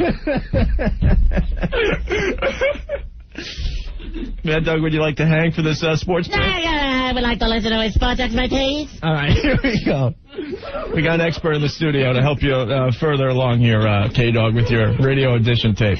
At the National League, but then that dwindled because Atlanta went on a 10-game win streak. Does not blow. So the Mets are stuck at 4.5 games behind as they play the Rockies tonight, actually. Later going against Bohannon. And the Yankees lost, dropped one to the Angels 8-2. As Andy Pettit have a really tough season this year. Captivating delivery. So I'd really give a rat's patoot.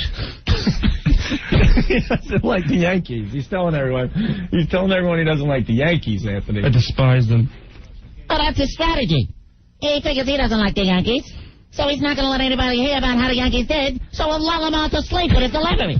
But anyway, I hate the Yankees, so I'd really give a rat's patoot. Patoot. Against, for the Yankees. But my picks are still the Mets to win the Eastern Division. For the Central, I would have to say Houston. And for the West, I'm going with Arizona. For the American League, I want Boston. It's not going to happen, but I'll pull for them anyway. Boston for the American League East, Cleveland to Central, and I'm pulling for Oakland for the West. And for the wild cards, I say the National League, Cincinnati will get it. And I'm thinking that the American League, I'm going to have to say Texas. So I'm going with the top. Yankees and Braves are not going to make the pennant race. Calling an outside limb. I know people... Calling an outside limb?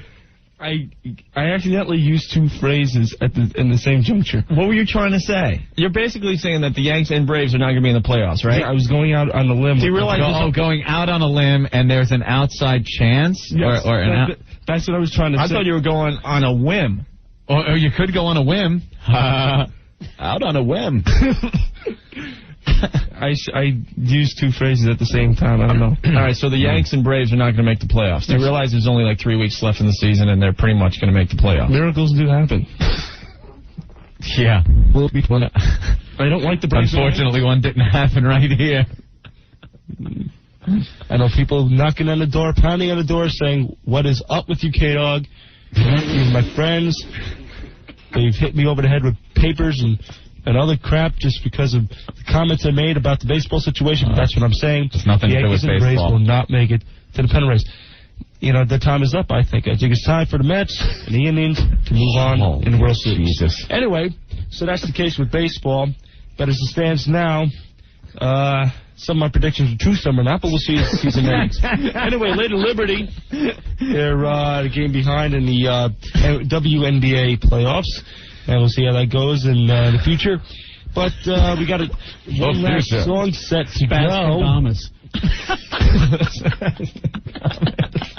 In the future. He's making predictions at Spazz for Dummies. He's one of my quatrains. All right.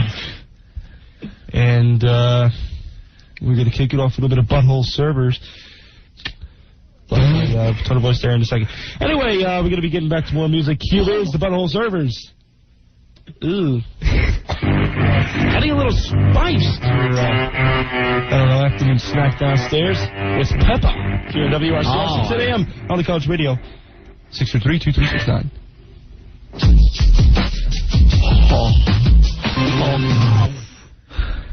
That was a hell of a sports break. You gotta give him credit. For a friggin' retard to even be able to say things like Yankees, Atlanta. Hey, you gotta give him credit. Obviously, he doesn't have a brain. Obviously, there's nothing in there. All right. We have finally reached the last break of K-Dog's radio show. Here it is. He's wrapping up his little show here. Don't go away, mad. Anyway, speaking of going away, it's K-Dog, and it's about time for me to go back to the kennel, so to speak. You forgot to turn off the CD player again. Yeah. As I go off to the kennel. I like that. Back to the kennel. Back to the kennel. That's cute. Please have this dog destroyed. Back to the gas chamber. He should be euthanized.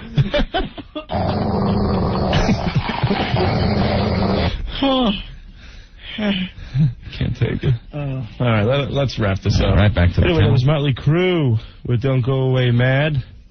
Before that was Offspring with The Kids Aren't Right.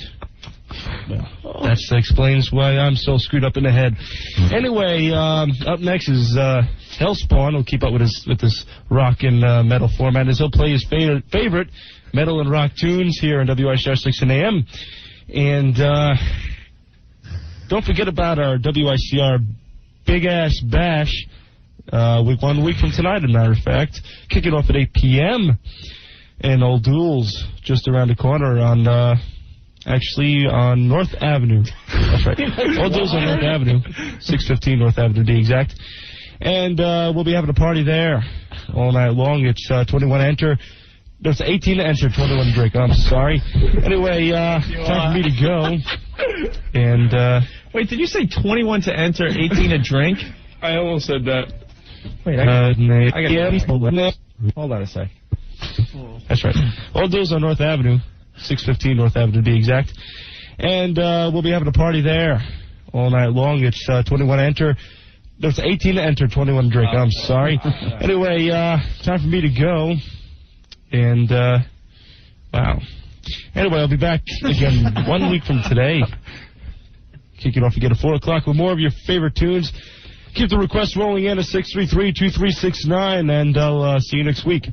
Here's my final song as I head out. No pun intended. Here's Guns N' Roses with Night Train. Wait, why it would head out be a pun? A pun with the song. You know, I'm heading out on the night train.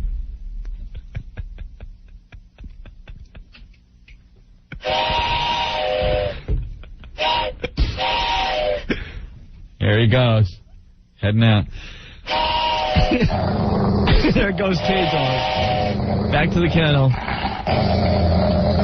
On the night train.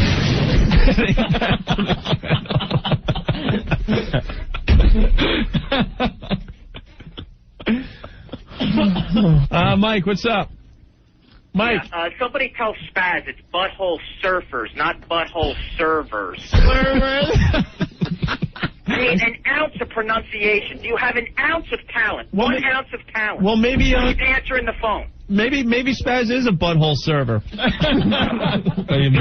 You see, one guy likes your catchphrase. Just drop a dime and Spazz will enter from behind. Frank, what's up?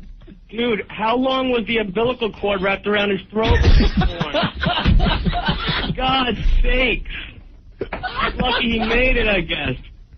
Hey, and the Yanks and the Braves aren't going to make it to the pennant race. What are they in right now? Come on. They ain't going to make it. They're not going to make it into the playoffs. Yeah. No, he said they're not going to make the pennant race. Oh, exactly. I screwed up, all right? I'm at the playoffs. Look at he's exhausted. Jeff, what's up? Yo, what's going on, guys? Hey. Yo, could you please neuter the K-dog so he can't breathe? I mean, Jesus Christ. This is worse. My IQ is through the floor. I'm sitting here drooling over myself. I'm wearing my fucking hockey helmet. Oh, look, dude, you can't say the F word. You can't curse. We had to dump out of you twice, but we get your point. Thank you, Wow. Jeff. Thanks, guys. All right, bye. See ya. Mike, what's up? Where did he go to college, this kid? Iona. They're going to take his diploma away. They tried. I mean, are they listening? If anybody's listening to this show, he's retarded. I just don't get it. You guys are the best. All right, Dave. Thank you. Bye.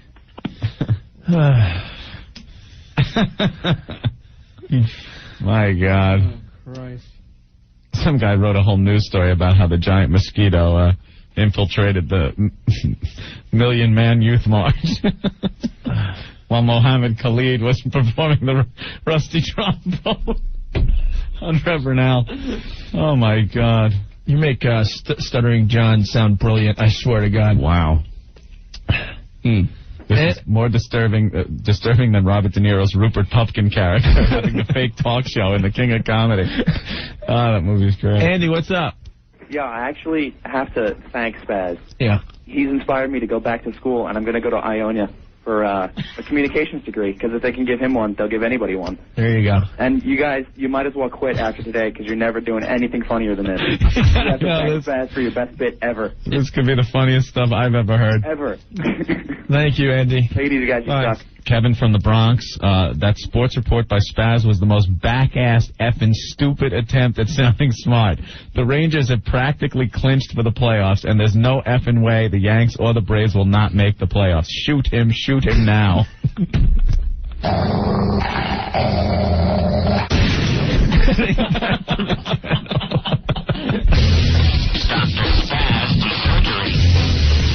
I called the other day to critique your show. And Spazz said, what does critique mean? Hey, idiot. You don't know where the tampon goes on a woman? The placenta? I'm an idiot. Oh, you're making a royal ass out of yourself. I'm able to do anything I want to do. Yeah, the man and woman do it. Then, little squids fly up. Squids. It's the Spazz. You can't be for real, man. Opie and Anthony. 1027. Opie and Anthony. Yeah, can we get these illiterates off the air, please? We suck. If I wasn't on it, I wouldn't listen. 1027. Imagine Spazz with Tourette's. The show's dragging a little bit. You know, I think it'd be better maybe because you start out strong and everything, and it seems like But it's just because sometimes I like to beat the ass and it goes, girls are coming.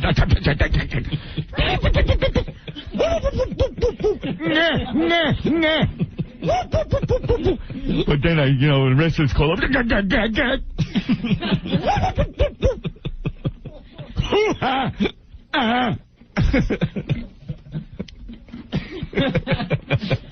Jeez.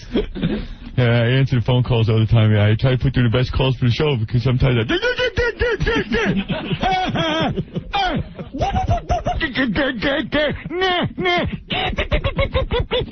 so that's why I put them.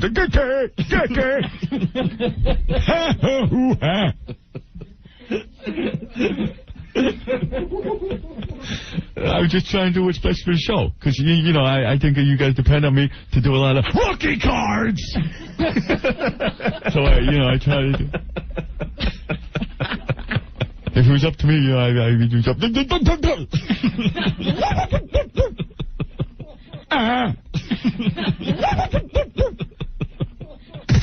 Opie and Anthony. 1027. This program funded by the British Arts Foundation.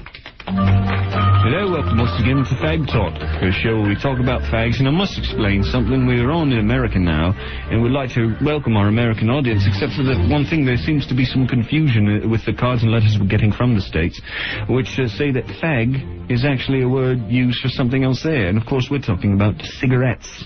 on the show. So let's get right to it. Welcome to Fagman. Bob the Fagman is here.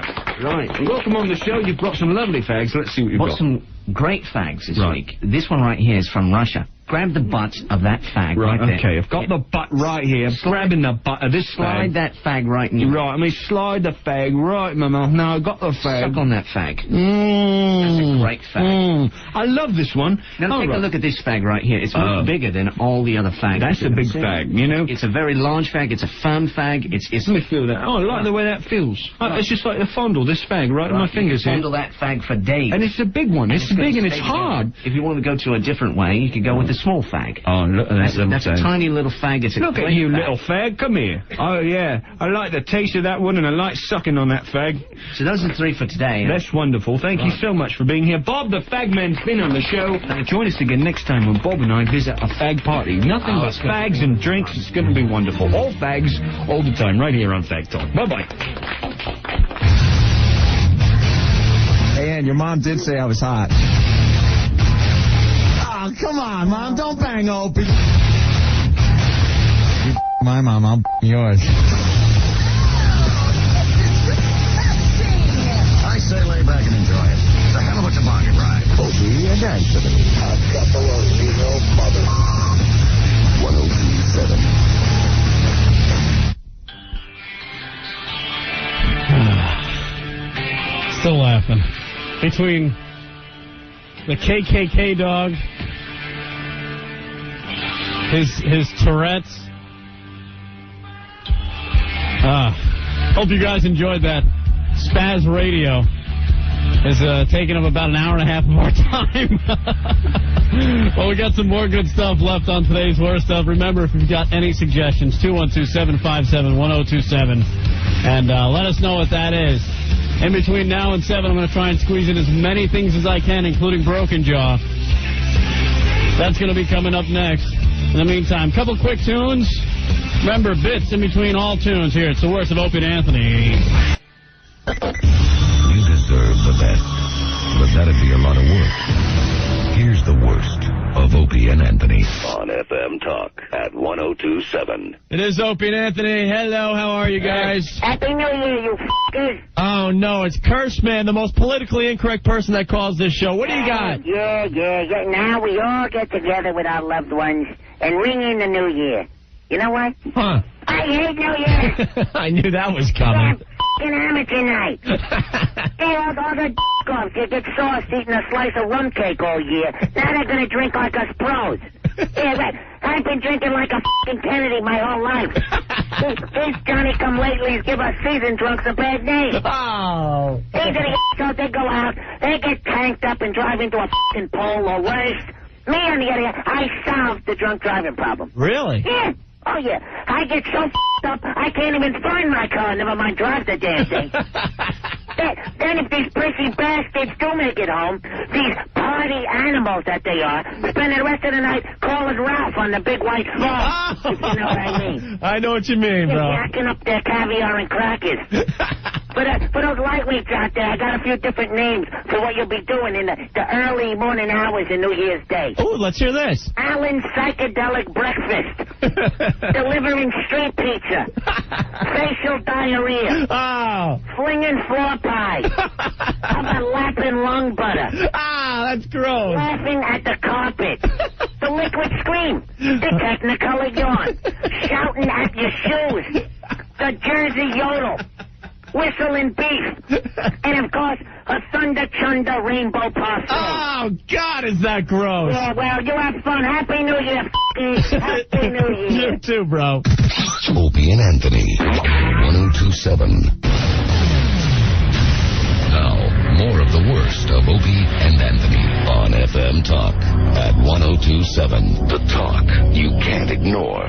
Hello? Hello, sir. I'm an elderly gentleman, and I need a motorized scooter. They call my name's Bill. What's your name, sir? They call my name's Bill. Bill? Yes. Have you seen a particular type that you like? I like the Little Rascal. The Rascal? I saw that on the TV. I'm a little rascal in my Little Rascal. Uh-huh. Is what the woman said. That's what the woman said, huh? And she's getting around, she's shopping, and eating ice cream. How fast does it go, sir? The fastest is about 5 miles an hour. I flew a P-51 Mustang in the big one. Yeah, it won't go that fast. Oh, it won't? No. I need also a room in the back for an oxygen tank, because I'm on oxygen. Oh, I see. And it's got to have good suspension because I don't want my colostomy bag dislodging.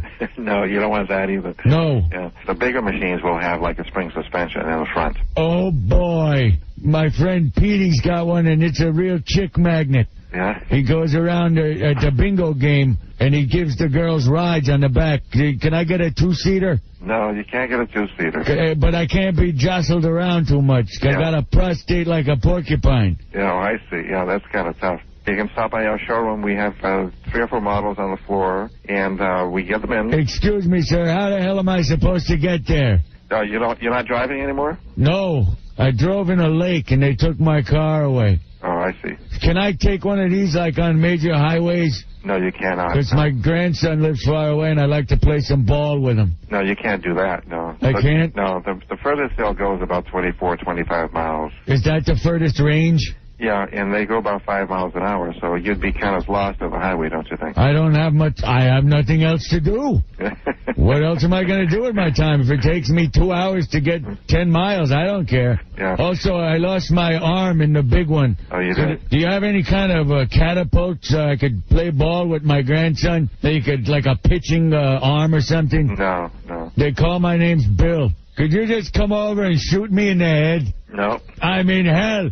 I was big once. I was in the war. I was a commander. And now I got to drive on a 3-wheel battery-powered scooter. Yeah, that's sad. This is degrading. It is degrading. Sam, could you just shoot me? Could you take a goddamn gun and shoot me in the friggin' head? No, I don't think so. Please, I'll come down, put my head under a wheel of one of the scooters, and hit go. I don't think it would do anything. Could you do that to me, No, Tony? I don't think so. They just hit me in the brainstem with a ball-peen hammer, Sam. Could you do that? No, I don't mean, think so. hell, Yeah. I haven't been laid since the Kaiser was in Germany, for Christ's sake.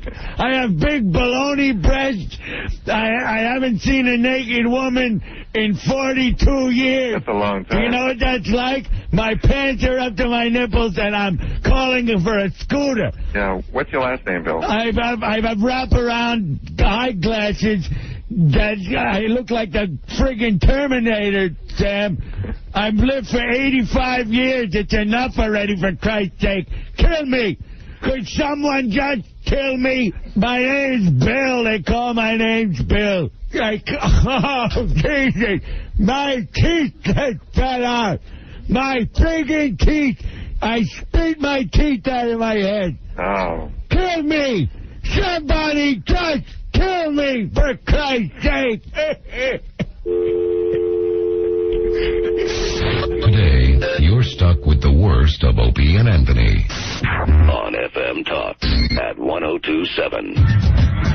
Hey, do we have time to play our Louis Anderson ID for the show? How about that? Louis did an ID for our show. I don't know who they are. That's what Mark is saying when he did the ID. I don't even know who Opie and Anthony are. I guess Louis Anderson. Where are they? Louis Anderson was on one of the radio shows? He was on a morning show. Yeah. Earlier this week. Okay. And you got him to cut an ID for our radio show? You're cutting into my eating time. My valuable eating time. I'm starving. I haven't eaten in seconds. He has no idea the abuse we throw his way, huh? I had no clue. No clue. After he cut the ID, he's like, who are those guys anyhow? Who are they? I never heard of them before. Two guys that think you're like the most unfunny, funniest comedian ever to walk the face of Earth. All the salespeople and everything that I was talking to said that he looked like he was ready to die. Oh, yeah. Like he's just this huge, and he's very tall. He's not just fat. He's tall and fat and sweating all the time, and he was smoking cigarettes like crazy. And he's just like, my abusive father. Oh, it's just great, Louis. And he also had Terminator glasses on, right? God. He had the old lady. The wraparounds or whatever? When they get the cataracts and stuff, and they got to wear those over their regular glasses. He was as white as a sheet of paper. Well, regular glasses won't fit around my big fat head. Now I gotta wear these. It was either that or just get my corneas tinted. I can't really.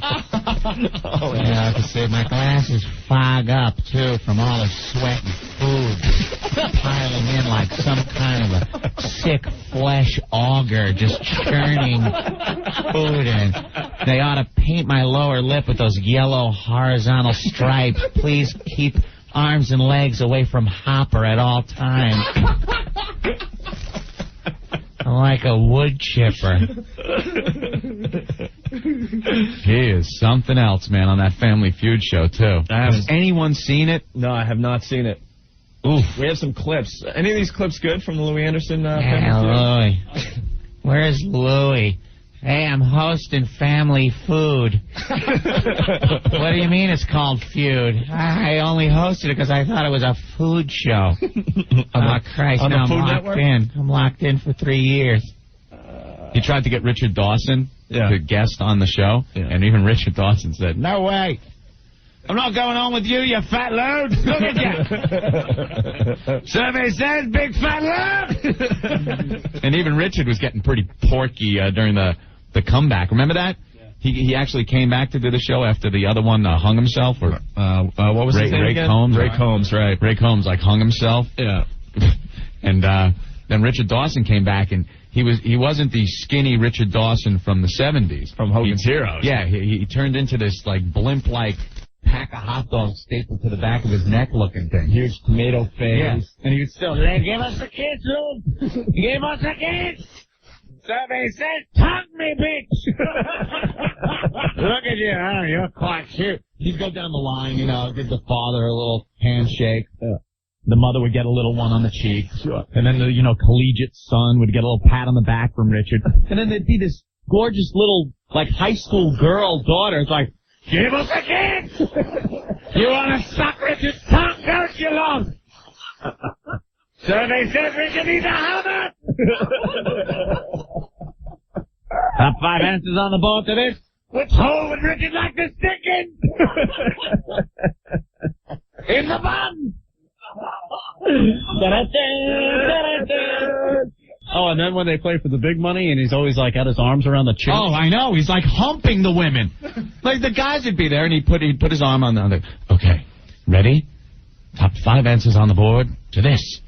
And he's just kind of touching them. The girls, he's hugging them, groping, feeling them up. All right, love, you can do this. I know you can.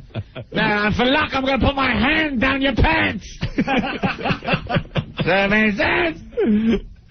Oh, man, how true. And then, I guess he was too fat or whatever, but then they get Louis Anderson, who is completely unfunny on this show. He cannot, and he can't even muster up any energy for it because he's always, so it's all fake. He tries. Listen to some of the clips. It's pathetic. Let's play one here. You and Larry, together, get 200 points. Taking me to lunch. You'll have $10,000. Fat joke. What a surprise, another fat food joke from $10,000 take me to lunch. That's an appetizer. Because I'm fat. You see, I always joke about how fat I am. All right, let's try another one here. Number 5. Show me number 5. Lift weights. I do that every time I get up. Lift weights. I do it every time I get up because I'm fat. I'm a big fat load, and Father abused me with a whiskey bottle. Gee, but I can turn tragedy into comedy. Tanya, nice to meet you. What do you do? I'm a social worker. Oh, my goodness. You know my family, then. Oh, Louis. Once again, turning tragedy into comedy because I was abused by my father. We have a Louis and ice cream sound clip up here. Louis and ice cream? What? Does he do food jokes, too? Louis and more food, this clip is called, from the Family Feud. I'm telling you, I get excited about this. I'm a sucker for fun. All right. Name something people eat with a spoon. Soup? I'd rather have the ice cream, but only soup. Yeah, Al! Name something people eat with a spoon. How about pudding? Pudding? Get ready. If they get a strike, get a chance. Ready? Show me pudding. You Show me pudding. I need an answer. Cereal. Cereal's up there. Cereal. If cereal's up there and you have enough points to beat them, you're going to play for 10,000. If not, they're going to play for 10,000. Show me Captain Crunch.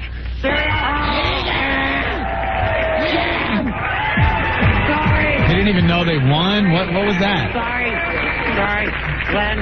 Sorry. Who's going to play fast money?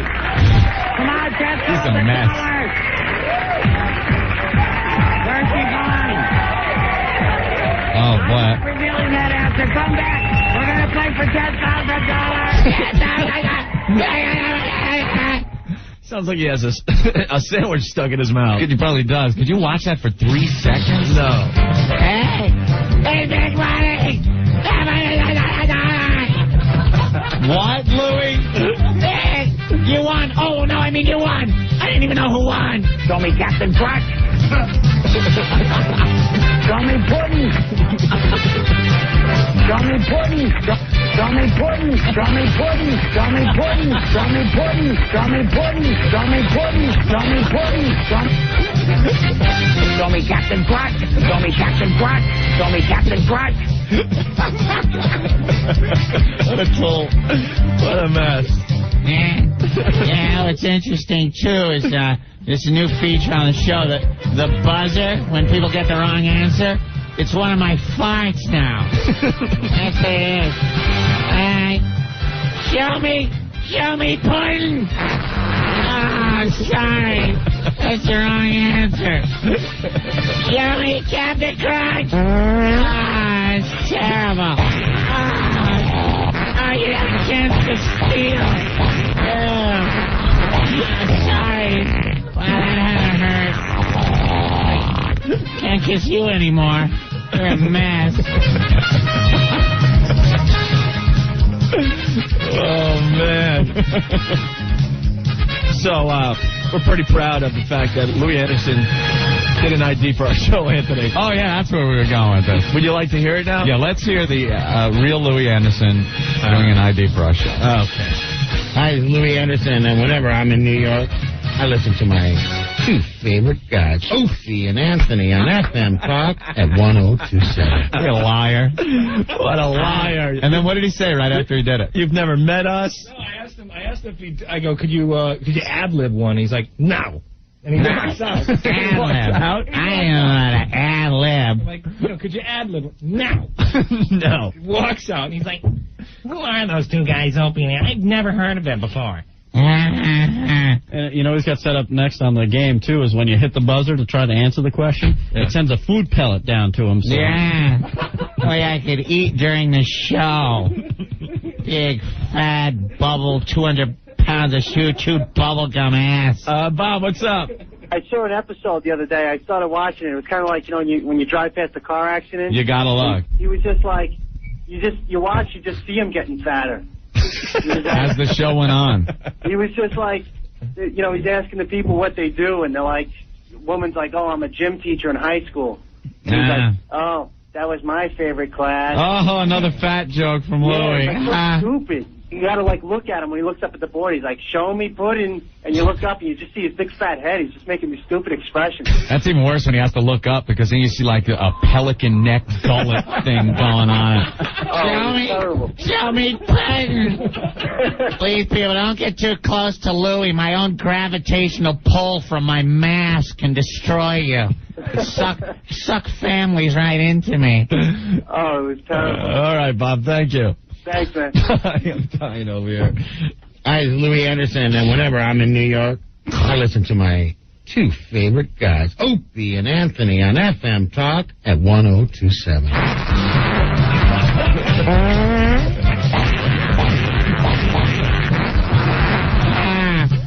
Show me pudding. Oh, it's pudding in my pants. Oh, my God.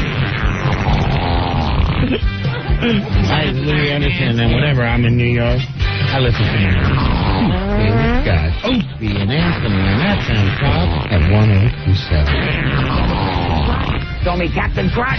Show me Captain Crunch. Show me Captain Crunch. Show me Captain Crunch. Show me Captain Crunch. Show me Captain Crunch. Show me Captain Crunch. Show me pudding. Show me pudding. Show me pudding. Show me pudding. Show me pudding. Show me pudding. Show me pudding. Show me pudding. Freaking Louie, man.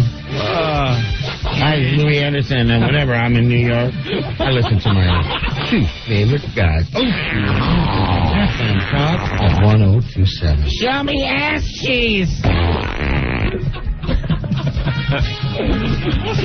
have trouble wiping my own butt because my arms are too short to get around this fat body.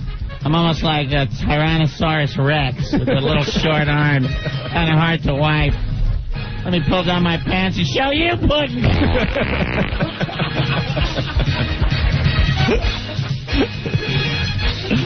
So we want to thank Louis Anderson for the show ID for our show, Anthony. Yeah, thanks, Louie. You're a good pal of ours, too. He's never heard of us? Yeah. He's never heard our show? Never heard your abusive show. Uh-oh.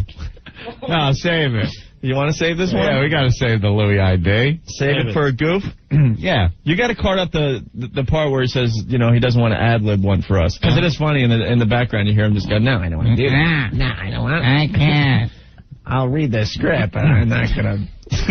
Any time for brunch or dinner or lunch or breakfast or something? I'll do it for a rib. Oh, my God. I feel my body starting to feed off of its own fat. I haven't eaten in seconds. Please. Anything. I mean, a claret. Anything. I'll take an Altoid. Something I could chew with flavor. My God, I'm an eating machine. Show me pudding. Show me pudding. Show me pudding.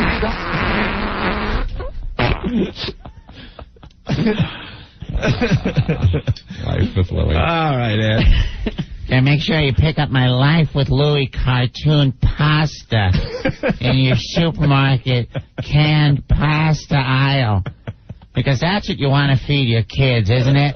That's what you want to feed your children is pasta with a picture of a big fat guy that's probably going to drop dead at any given moment. That's a great thing to feed your child. Yeah. It's pasta shaped like my big fat ass. Yes, in a brown sauce. Just the way you like to eat it. Bob, what's up? O&A. Yeah, what's up, man? Yo, man, you almost smashed up my car, man. Why? I'm drinking water, listening to the bit driving on the LIE. All of a sudden I hear the Louis Anderson fart. Water spits out of my mouth. And there's no wipers on the inside of the car. I'm like, holy shit. Yeah. Right.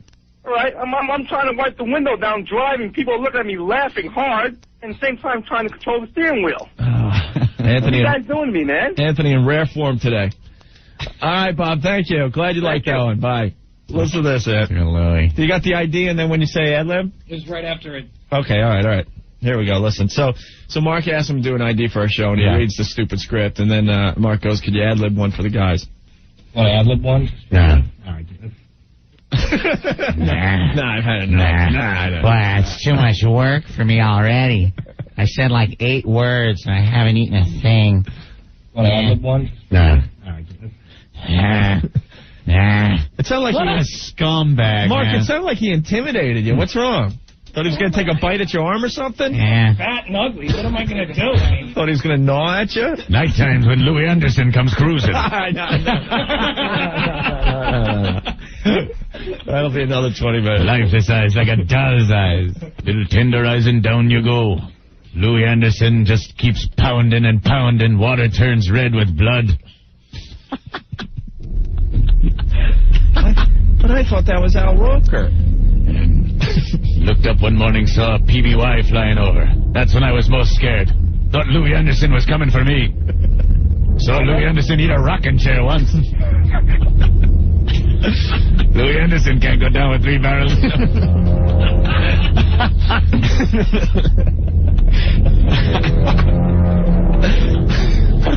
Eddie, what's up? It's got to be 20 foot, maybe 25 with 3 tons on them. I think I saw that episode. 15,000, I'll get you the head, feet, the whole damn Louis Anderson.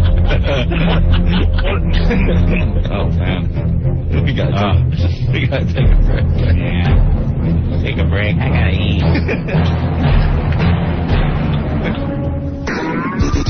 The Opie and Anthony Show. Oh, to be wow. Boo-boo-boo. More stupidity on the way. 1027. Now, more of the worst of Opie and Anthony on FM Talk at 1027. Hello, ma'am. This is Lieutenant Columbo. I got a couple of questions to ask you. Could you shove your fist up my... I'd love it if you could just stick your fist up my... Listen, get your husband over here. We'll pop my eye out, and he could skull me. Could you do that, please? Just skull me.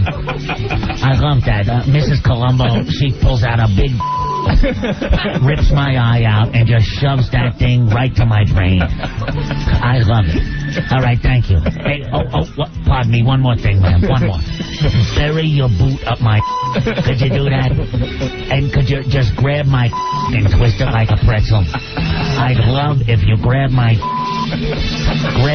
shriveled old Columbo and twist that thing like a pretzel. Okay, ma'am, I gotta get back to the precinct now. But, before I leave, one more thing. Could you do, ma'am, one more thing? Put my in a vice. Could you just clamp down on my and squeeze them till they come out of the hole in my head that used to have an eye? Columbo, don't you have to go arrest Martin Landau? I was in a series once with Martin Landau, and after the show, after the shoot, as they call it, I jammed my fist so far up his... I actually pulled out his prostate. It was wonderful. We used to film at Universal Studios, and we'd all get together in the commissary and pound each other. And pound each other with the zucchini.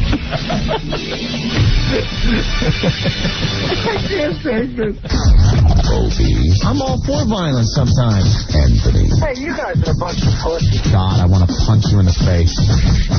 That'll leave a bruise. 107. All righty, what's happening, man? This is Rick, producer of the Opie and Anthony Show. We got about 20 minutes left. I'm going to try and squeeze in as many quick bits and stuff as possible. I'm almost tempted to replay old Bill asking for that little rascal. God damn, I was in tears. I almost couldn't hit the next button. That has got to be the funniest one I've ever heard. What am I going to try and work in here? You know what? I'm just going to keep pulling CDs, throwing down bits until we basically run out of time, all right? That's the way it's going to work for the next 20 minutes, so sit back, relax, enjoy. Remember, tomorrow is going to be the last worst of the week. Guys return in person, in studio, on Monday, January the 3rd, all right? If you're not going to be around tomorrow, Happy New Year. In the meantime, let's get back to the worst of Opie and Anthony. You deserve the best, but that'd be a lot of work. Here's the worst of Opie and Anthony on FM Talk at 1027. Well, Anthony, they had the African-American Pride Parade in Harlem. Yes, they did. A lot of marching bands, dancing girls. Who was there? Dinkins was there. Charles Rangel. And our own Reverend Al Sharpton was there. It sounds like a great time. They had cowboys, people riding horses. Like I said, the bands and dancing. A very festive, fun time without any incident or anything. I was going to say, and absolutely no problems in Harlem yesterday. Whoa! I am outraged! Reverend Al. I am outraged! I cannot believe it. Did you read the paper? Yeah, why are you outraged? There was no incidents in Harlem yesterday. Not one incident of police brutality. Right. I'm outraged at the police. We have an African Pride weekend, and it goes off without a hitch. What? I'm outraged at the lack of police brutality. Why? Unless the police bust a cap into my constituency, how am I supposed to get my face on the TV? I believe the racist police didn't shoot anyone because we are black. And I saw some mighty threatening-looking Negroes there. Oh, come on. The police didn't even shake a nightstick. Come on. Nothing. What's wrong with the police? I gotta eat. What is the city coming to when a crowd of black people can celebrate pride of their race in their own community with not one of them getting shot? How am I going to buy me a new suit if I can't latch on to a grieving parent of an innocent victim? I am truly outraged. I want to organize a march from the Apollo Theater to police headquarters to protest the racially motivated non-shooting of our young brothers. Reverend Al's getting skinny. I'm hungry. Unless the cops start slinging lead, your Reverend Al ain't getting fed. The police got to start pulling their guns to keep Reverend Al in sticky buns. Come on, people. You got to help me here. I don't want to work. Come on. I'll die out there. I'm hungry. Please, you got to help me. Please. Oh, what was that? Was that a backfire or gunfire? I'm outraged. Racism. God, please, make that a gunshot, please. I'm starving over here. If the police don't start to shoot, where the hell am I going to get a new suit? I'm outraged. All right, Reverend Al. Reverend Al leaving the studio. Very pissed off that there were no problems at the African-American Pride Parade in Harlem yesterday. He is outraged. He's very outraged, Anthony. When the cops get out of hand, who thinks the mayor's in the Ku Klux Klan? Yelling and screaming as he's speaking to a mob. He wears expensive suits, but he doesn't have a job. Reverend Al, he's your pal. Reverend Al, well, he's sapping off the people in his own community. Why is the white man always picking on me? He's got a fat belly and his hair's full of grease. You hear his battle cry. No justice, no peace. The man with a plan who you know you can trust. The party little reverend with an ass just like a bus. Reverend Al, he's your pal. Reverend Al, he looks like James Brown with too many calories. Now why is the white man always picking on me? Remember Bernie Getz in the Brawley case? Turn on the TV, you would always see his face. He's speeding in his limo to another homicide to make the network news with the family by his side. Reverend Al, he's your pal. Reverend Al, on the never-ending search for some good publicity. Why is the white man always picking on me? Reverend Al, I'm Reverend Al. he's Reverend Al. I'm hungry. He's Reverend Al. He will represent your family and he doesn't charge a fee. Now, as long as the footage makes it on the TV. Reverend Al. I'm Reverend Al. He's Reverend Al. I'm your pal. Well, he's your pal. That's right, Reverend Al. Reverend Al. I'm Reverend Al. He's a race-based white hating bag of baloney. Now, why is the white man always picking on me? Reverend Al. Yeah, I'm out. Reverend Al. I'm Reverend Al. He's your pal. I'm your pal. Reverend Al. Reverend Al. Now, more of the worst of Opie and Anthony on FM Talk at 102.7. The Talk you can't ignore. All right, it's FM Talk at 102.7. Talk you can't ignore. It's Opie and Anthony, and in the studio with us today, Jay Moore. Hey, Marco. Yeah. You're a gay guy? Yeah. And you're in love with Jay? Oh, I love Jay so much. Get down here right now. I would watch your show Action. I would watch your show Action and pleasure myself 2 and 3 times. I think that is fantastic. I'm all for self-gratification. You are so gorgeous. Thank you, sir. Hey, Marco, these guys are blushing. I love you so much. I'm getting aroused talking to you, Marco. I saw you on the cover of Genre. That's right. That's a gay magazine. Scott Wolf and I were on the cover of You Genre. are so beautiful. Do me a favor, Marco. Yes. I'm going to do phone sex for you right now. Come on. Take it out, Marco. I'm at work right now. I don't care if you're at work. Do you want it or not? Oh, baby, I want it so bad. Marco, do you know how ripped my stomach is right now? Oh, baby. So hot. Marco. This is a wet dream, baby, for me. Oh, Where man. do you work, Marco? On Long Island. All right. You got to figure out a way to start. Do you work at a desk? No, I work in a factory. In fact, well, you got to find. You got to get that phone someplace where you can touch it, man. Well, I'm behind a desk right now. Take out the hog, Marco. Because what I'm going to do to you is going to rock your world. Oh, baby. Marco, my stomach is so ripped. Oh, baby, I love that. You know the hip bones when you get those diagonal lines that go down towards the crotch? I got that too, man. When your lower abs are really cut? Yeah. And I got, here's the topper of all toppers. 2 days ago, I shaved my pubes. I'm not joking, Marco. These guys are laughing. Oh, I do that too. I do. I do just so I don't pull my hair when I masturbate. It's not 7.5 inches, Marco. Oh, baby. I knew it. I knew you were that big. Circumcised. I got a pink fireman's cap on top. Oh, yeah. I have very small testicles. Not very small like a freak, but they're not like Don, you know? Oh, baby. And Marco, man, I tell you what. Tell me about that hole of love. No, that I don't do. Oh, now you're drawing a line, Jay? I can only do oral with Marco. All I can tell him. Oh, baby, just let me put my in there and you... No, you can do that, definitely. I'll let you do that. I'll get a baby wipe. I'll get it ready, unless you want to clean it yourself. Oh, baby. It's gonna make you puke. No, it won't. Marco, it is clean.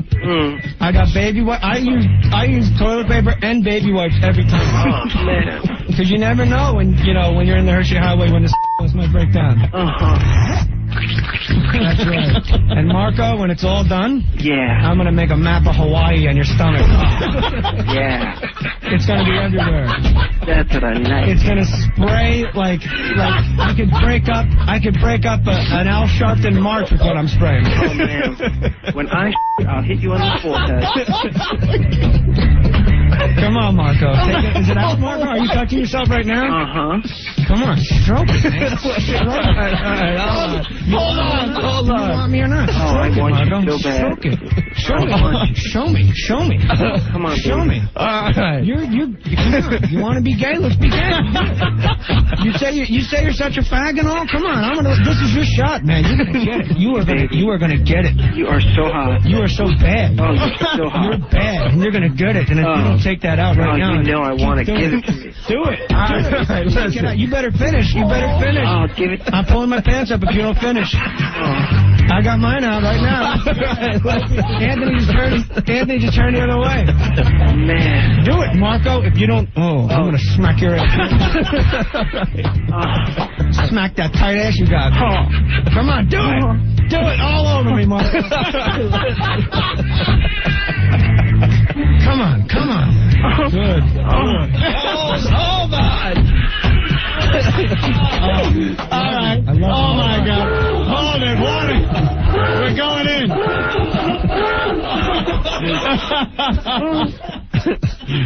Oh, my God. Come back soon, Marco. Oh, my God. I never dumped out so much in my life on a radio show. Bring in the lesbians. Opie, you're kind of cute, too. All right, bye, Marco. Whore. You whore. All right, we had to hang up on Marco. He better have been doing it. If I find out he was faking, I'm going to that factory with all my gay friends, and we're going to kill him. The music was the best part. I actually got an erection just from the music. Opie and Anthony, 102.7 Talk Radio. Forget it. Why listen to music? You own the album. What are you going to listen to? Rock and roll. You own that record. Put it on 102.7. It's a riot, baby. It's a riot. Opie, Anthony, 102.7. Hey, everybody. It's me. It's Rooster Rob. And I'm here to tell you that just west of the Mason-Dixon, there's a place where everybody goes and brings their cocks. That's right. It's Rooster Rob's Cockfighting City. Banned in 48 states, Rooster Rob's is the cockfighting capital of the U.S. of A., where we cram the best in cockfighting every Friday and Saturday night. We're talking big cocks, small cocks, cocks of every shape and size will come on down and do battle in Rooster Rob's all-new cock ring of death. You'll see all the action live and in person. We're talking kicking, screaming, blood. It'll be flying everywhere at Rooster Rob's Cockfighting City. So bring your cock, turn it loose, and find out who has the best cock every Friday and Saturday night. And Rooster Rob's ain't just cocks. There's also great fun for the kids. Just bring down the little ones, and they can enjoy Uncle Dacey's all-new petting zoo. So come on, and grab your cock and head on down to Rooster Rob's Cockfighting City. Woo-hoo! Today, you're stuck with the worst of Opie and Anthony on FM Talk at 102.7. I'm hearing there's a guy on the line that got very injured because of Hurricane Floyd. Is that true? Hello, FM Talk at 102.7. Hello. Yeah. Hello. Yeah, we got you on the air. What's going on? The hurricane was awful. Yeah, it sure was. It was awful for a lot of people. I was very hurt. Yeah? On the streets. Well, what happened to you? Well, the wind was blowing. Right. And I bent over to pick up my glasses that flew off my head. Yeah. And a Chinese woman's umbrella went in my ass at about 65 miles per hour. And then it opened. But I couldn't pull it out. No? Tight, huh? That old guy. That old guy. Very good. Oh, then I was trying to commute home. Uh-huh. And they closed the FDR and the West Side Highway. Yeah, it was a mess last night. Oh, I was stranded in Harlem with my Chevy Vega floating down Martin Luther King Boulevard. For a second, I thought I was on a Disneyland Jungle Cruise. Come on. That's wrong. Well, I rolled down the windows and started snapping pictures, going, dance, for me. And they dragged me from my car and beat me about the face and neck. Well, they should have. I'm very injured. Oh, I hear that. Where were the elephants and crocodiles? You're not going to find them up there. Oh, and I saw the mayor of our fair city. Yeah, Mayor Giuliani? I passed by City Hall. Uh-huh. He was coming out and his toupee flew off and started chasing me. It was like a tarantula. Oh, the horror. The horror. It was like a big bug. And then I saw a wire hanging in the street. So I thought I'd be a good Samaritan and move it. Yeah? Oh! Sparks and smoke were coming out my ears and my ass. And now I have a big afro. I'm like Link from the Mod Squad. I got home and my house was flooded. Yeah. And ruined all my Styx and REO Speedwagon records. And my Atari 2600 game system was too bad. destroyed. How will I play Pong, goddammit? Oh. And then on my way home, I saw a huge puddle I was scared to drive through. But the NYPD waved me on. And they were laughing as I went underwater. I cursed them. They dragged me from the vehicle and put a nightstick in my ass. Oh, come on. Oh. I was so angry when I got home, I threw my wife in the fireplace. Very angry. I've had it with this city. Oh. Who saw that coming? Well, that old gag, huh? Yes. All right, well, Look where I'm calling from, where the magic happens from the Tom Leykis show. Should I take a dump on the board? Well, you can do that if you like. I'm very angry. Why don't you leave a log for him? I think I will, a Yule log. A Yule log, sure. Okay, thank you for hearing my gripes. All right. My ass is killing me. All right, there he goes. Thank you. The guy that got injured from Hurricane Floyd. Opie. Boing. Anthony. Boing. Producer Rick. Boing. Spazz. Yay. The Opie and Anthony Show. 102.7.